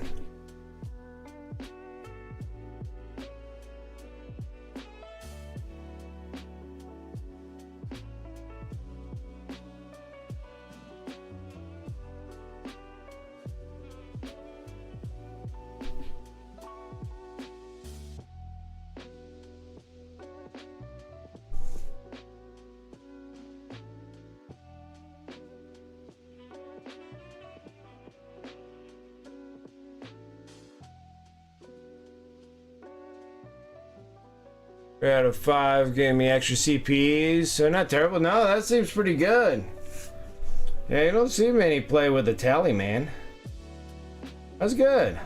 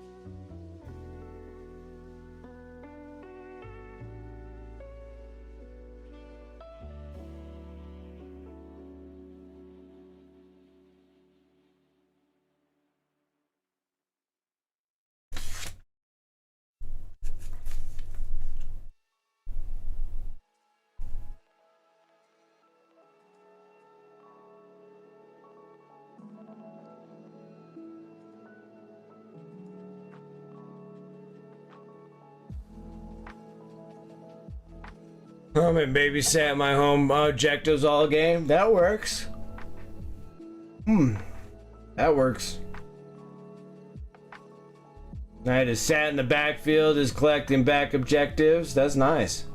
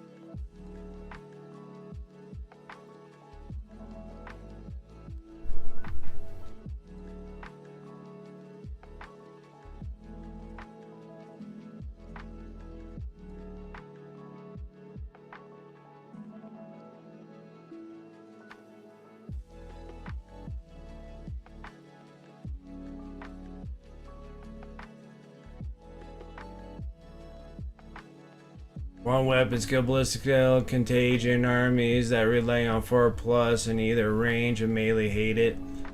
Because you can give -1 BS. Then cloud of flies for stealth. That's nice. They fight typhus in close combat. -1 on weapon skills. -1 to hit while he leads a unit.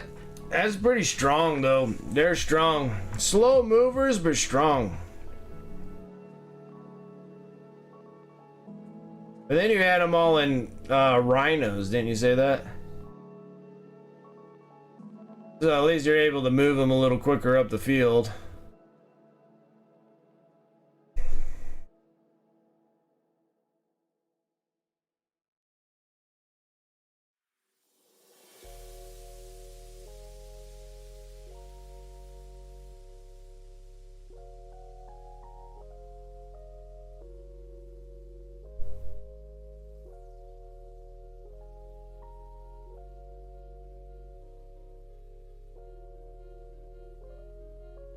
Actually, it looks pretty cool with all the yellow on them, actually.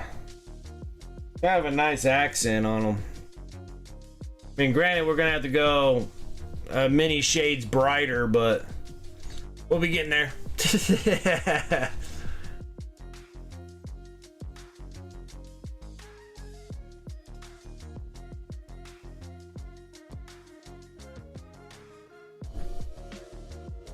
Yeah, the rhino, those plague brains, because everybody's so slow moving.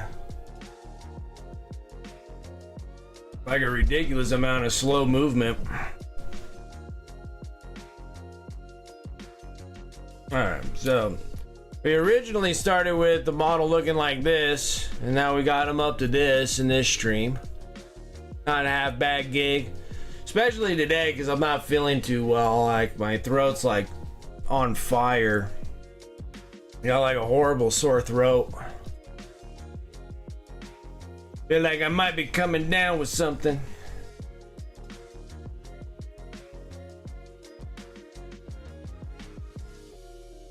Felt like there was something I needed to do with leather here before I saw it.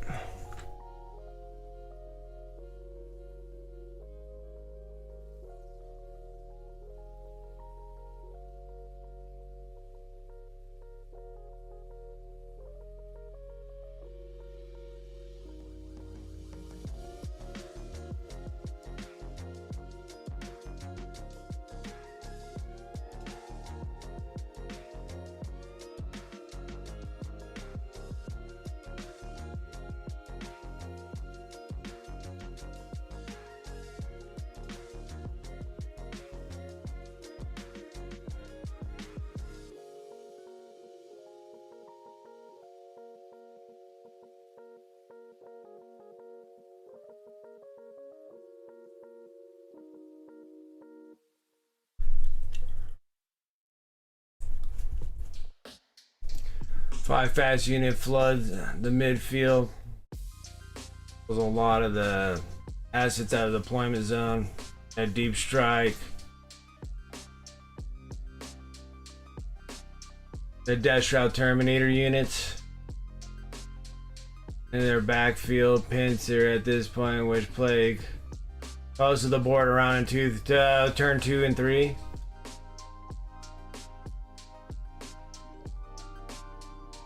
And then the cultists get ignored, and then you score secondaries with them.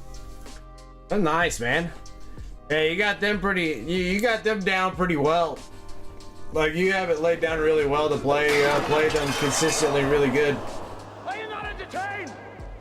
Are you not entertained? Is this not why you were here?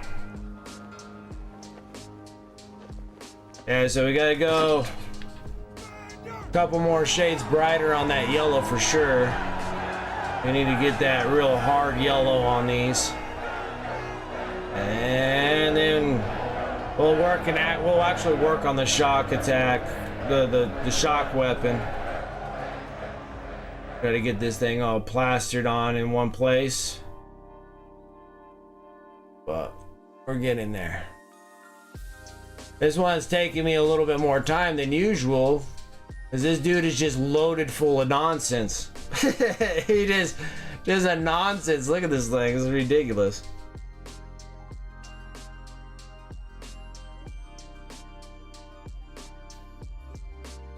But yeah, so we'll get there. And then of course he has his little vacuum bag. It goes on the back of this thing too, so looks back there. But I'm thinking that we'll try to do we'll do a leather technique on this, but then on top of it too, we'll kind of brighten up the leather. I think I want to make it more of like a white bag, but I think we might glow it out too, because this little grot's getting sucked into this machine, so we're gonna have to glow this to glow this bad boy. That glows all the way up into the bag, and then we're gonna have to heat treat the pipes. And then this thing here going into whatever color that we want to make the glow. So whatever this thing's turning on and glowing, I'm gonna glow through the actual bag itself. Do the heat treating of the actual pipe, and then what the coloration is gonna be from the glow onto the tip here. Which that's what I was almost thinking about, going in like a purple magenta. And then it'll be kind of neat because that purple and magenta will look pretty good with that yellow. So we'll see how that goes. We'll see how it goes. We did pretty well. Did pretty well for a half sick person right now. So Russell Korn yelled at us, calling it quits today. We're gonna close up shop on this freaking monster. So I got the cool Lucent light. The Lucent light from Game Envy. This thing's awesome. I can turn off lights in certain sections, outside lights. Freaking pretty neat. They're all like touch buttons. And got rid of the big old murder lights that I have over here. And then I got like finally all the Game Envy stuff showed up from the Kickstarter. But then I got this monster wet palette. That's where I was at. That's what I started with. It is huge. This thing's massive. Like, this thing's massive. This thing's so big. It's awesome. I'm super stoked with it. So lots of room, lots of room. All right. Thank you guys. I do appreciate you guys coming and hanging out with me tonight. Shout out to the sponsors above. You can use those commands in chat or over onto my Discord, ! Discord. They'll be over in my sponsor affiliate links. You can also check out my eBay store, ! eBay, and also the link is in my Discord as well. Pretty much everything that I paint on stream will go on to on the store there, so you're more than welcome to get that, or you can just give me a heads up when I'm working on something. If you guys want to get dibs on it before I toss it over on eBay, just let me know.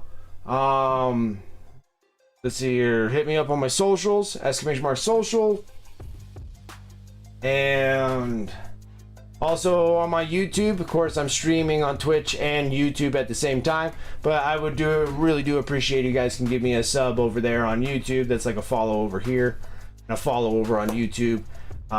Help me out there.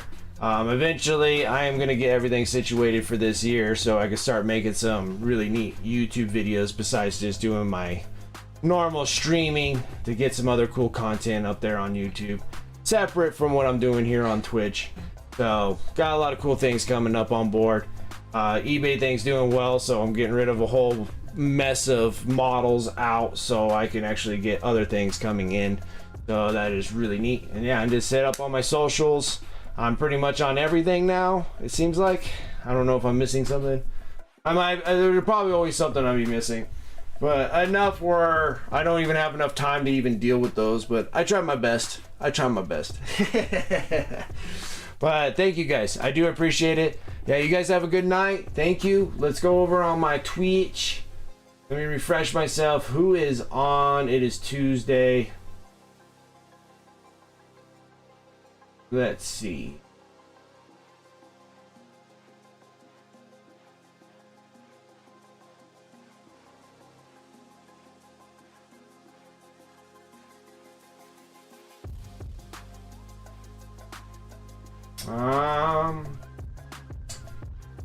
Not very many people on for Tuesday. Got drink your paint water. We're gonna hit somebody new.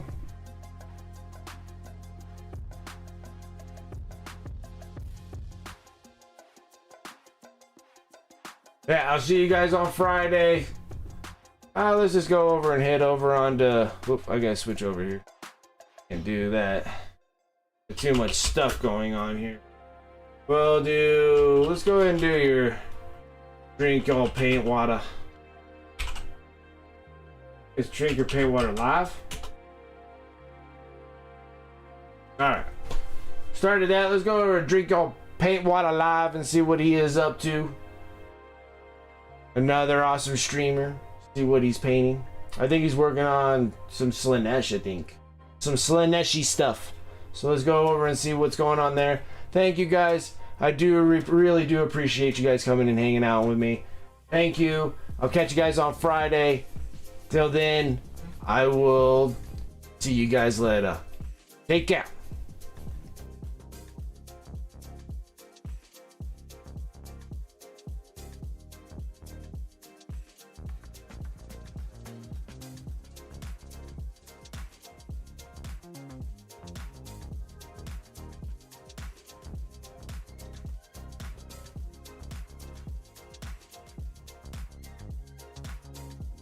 And it looked like great.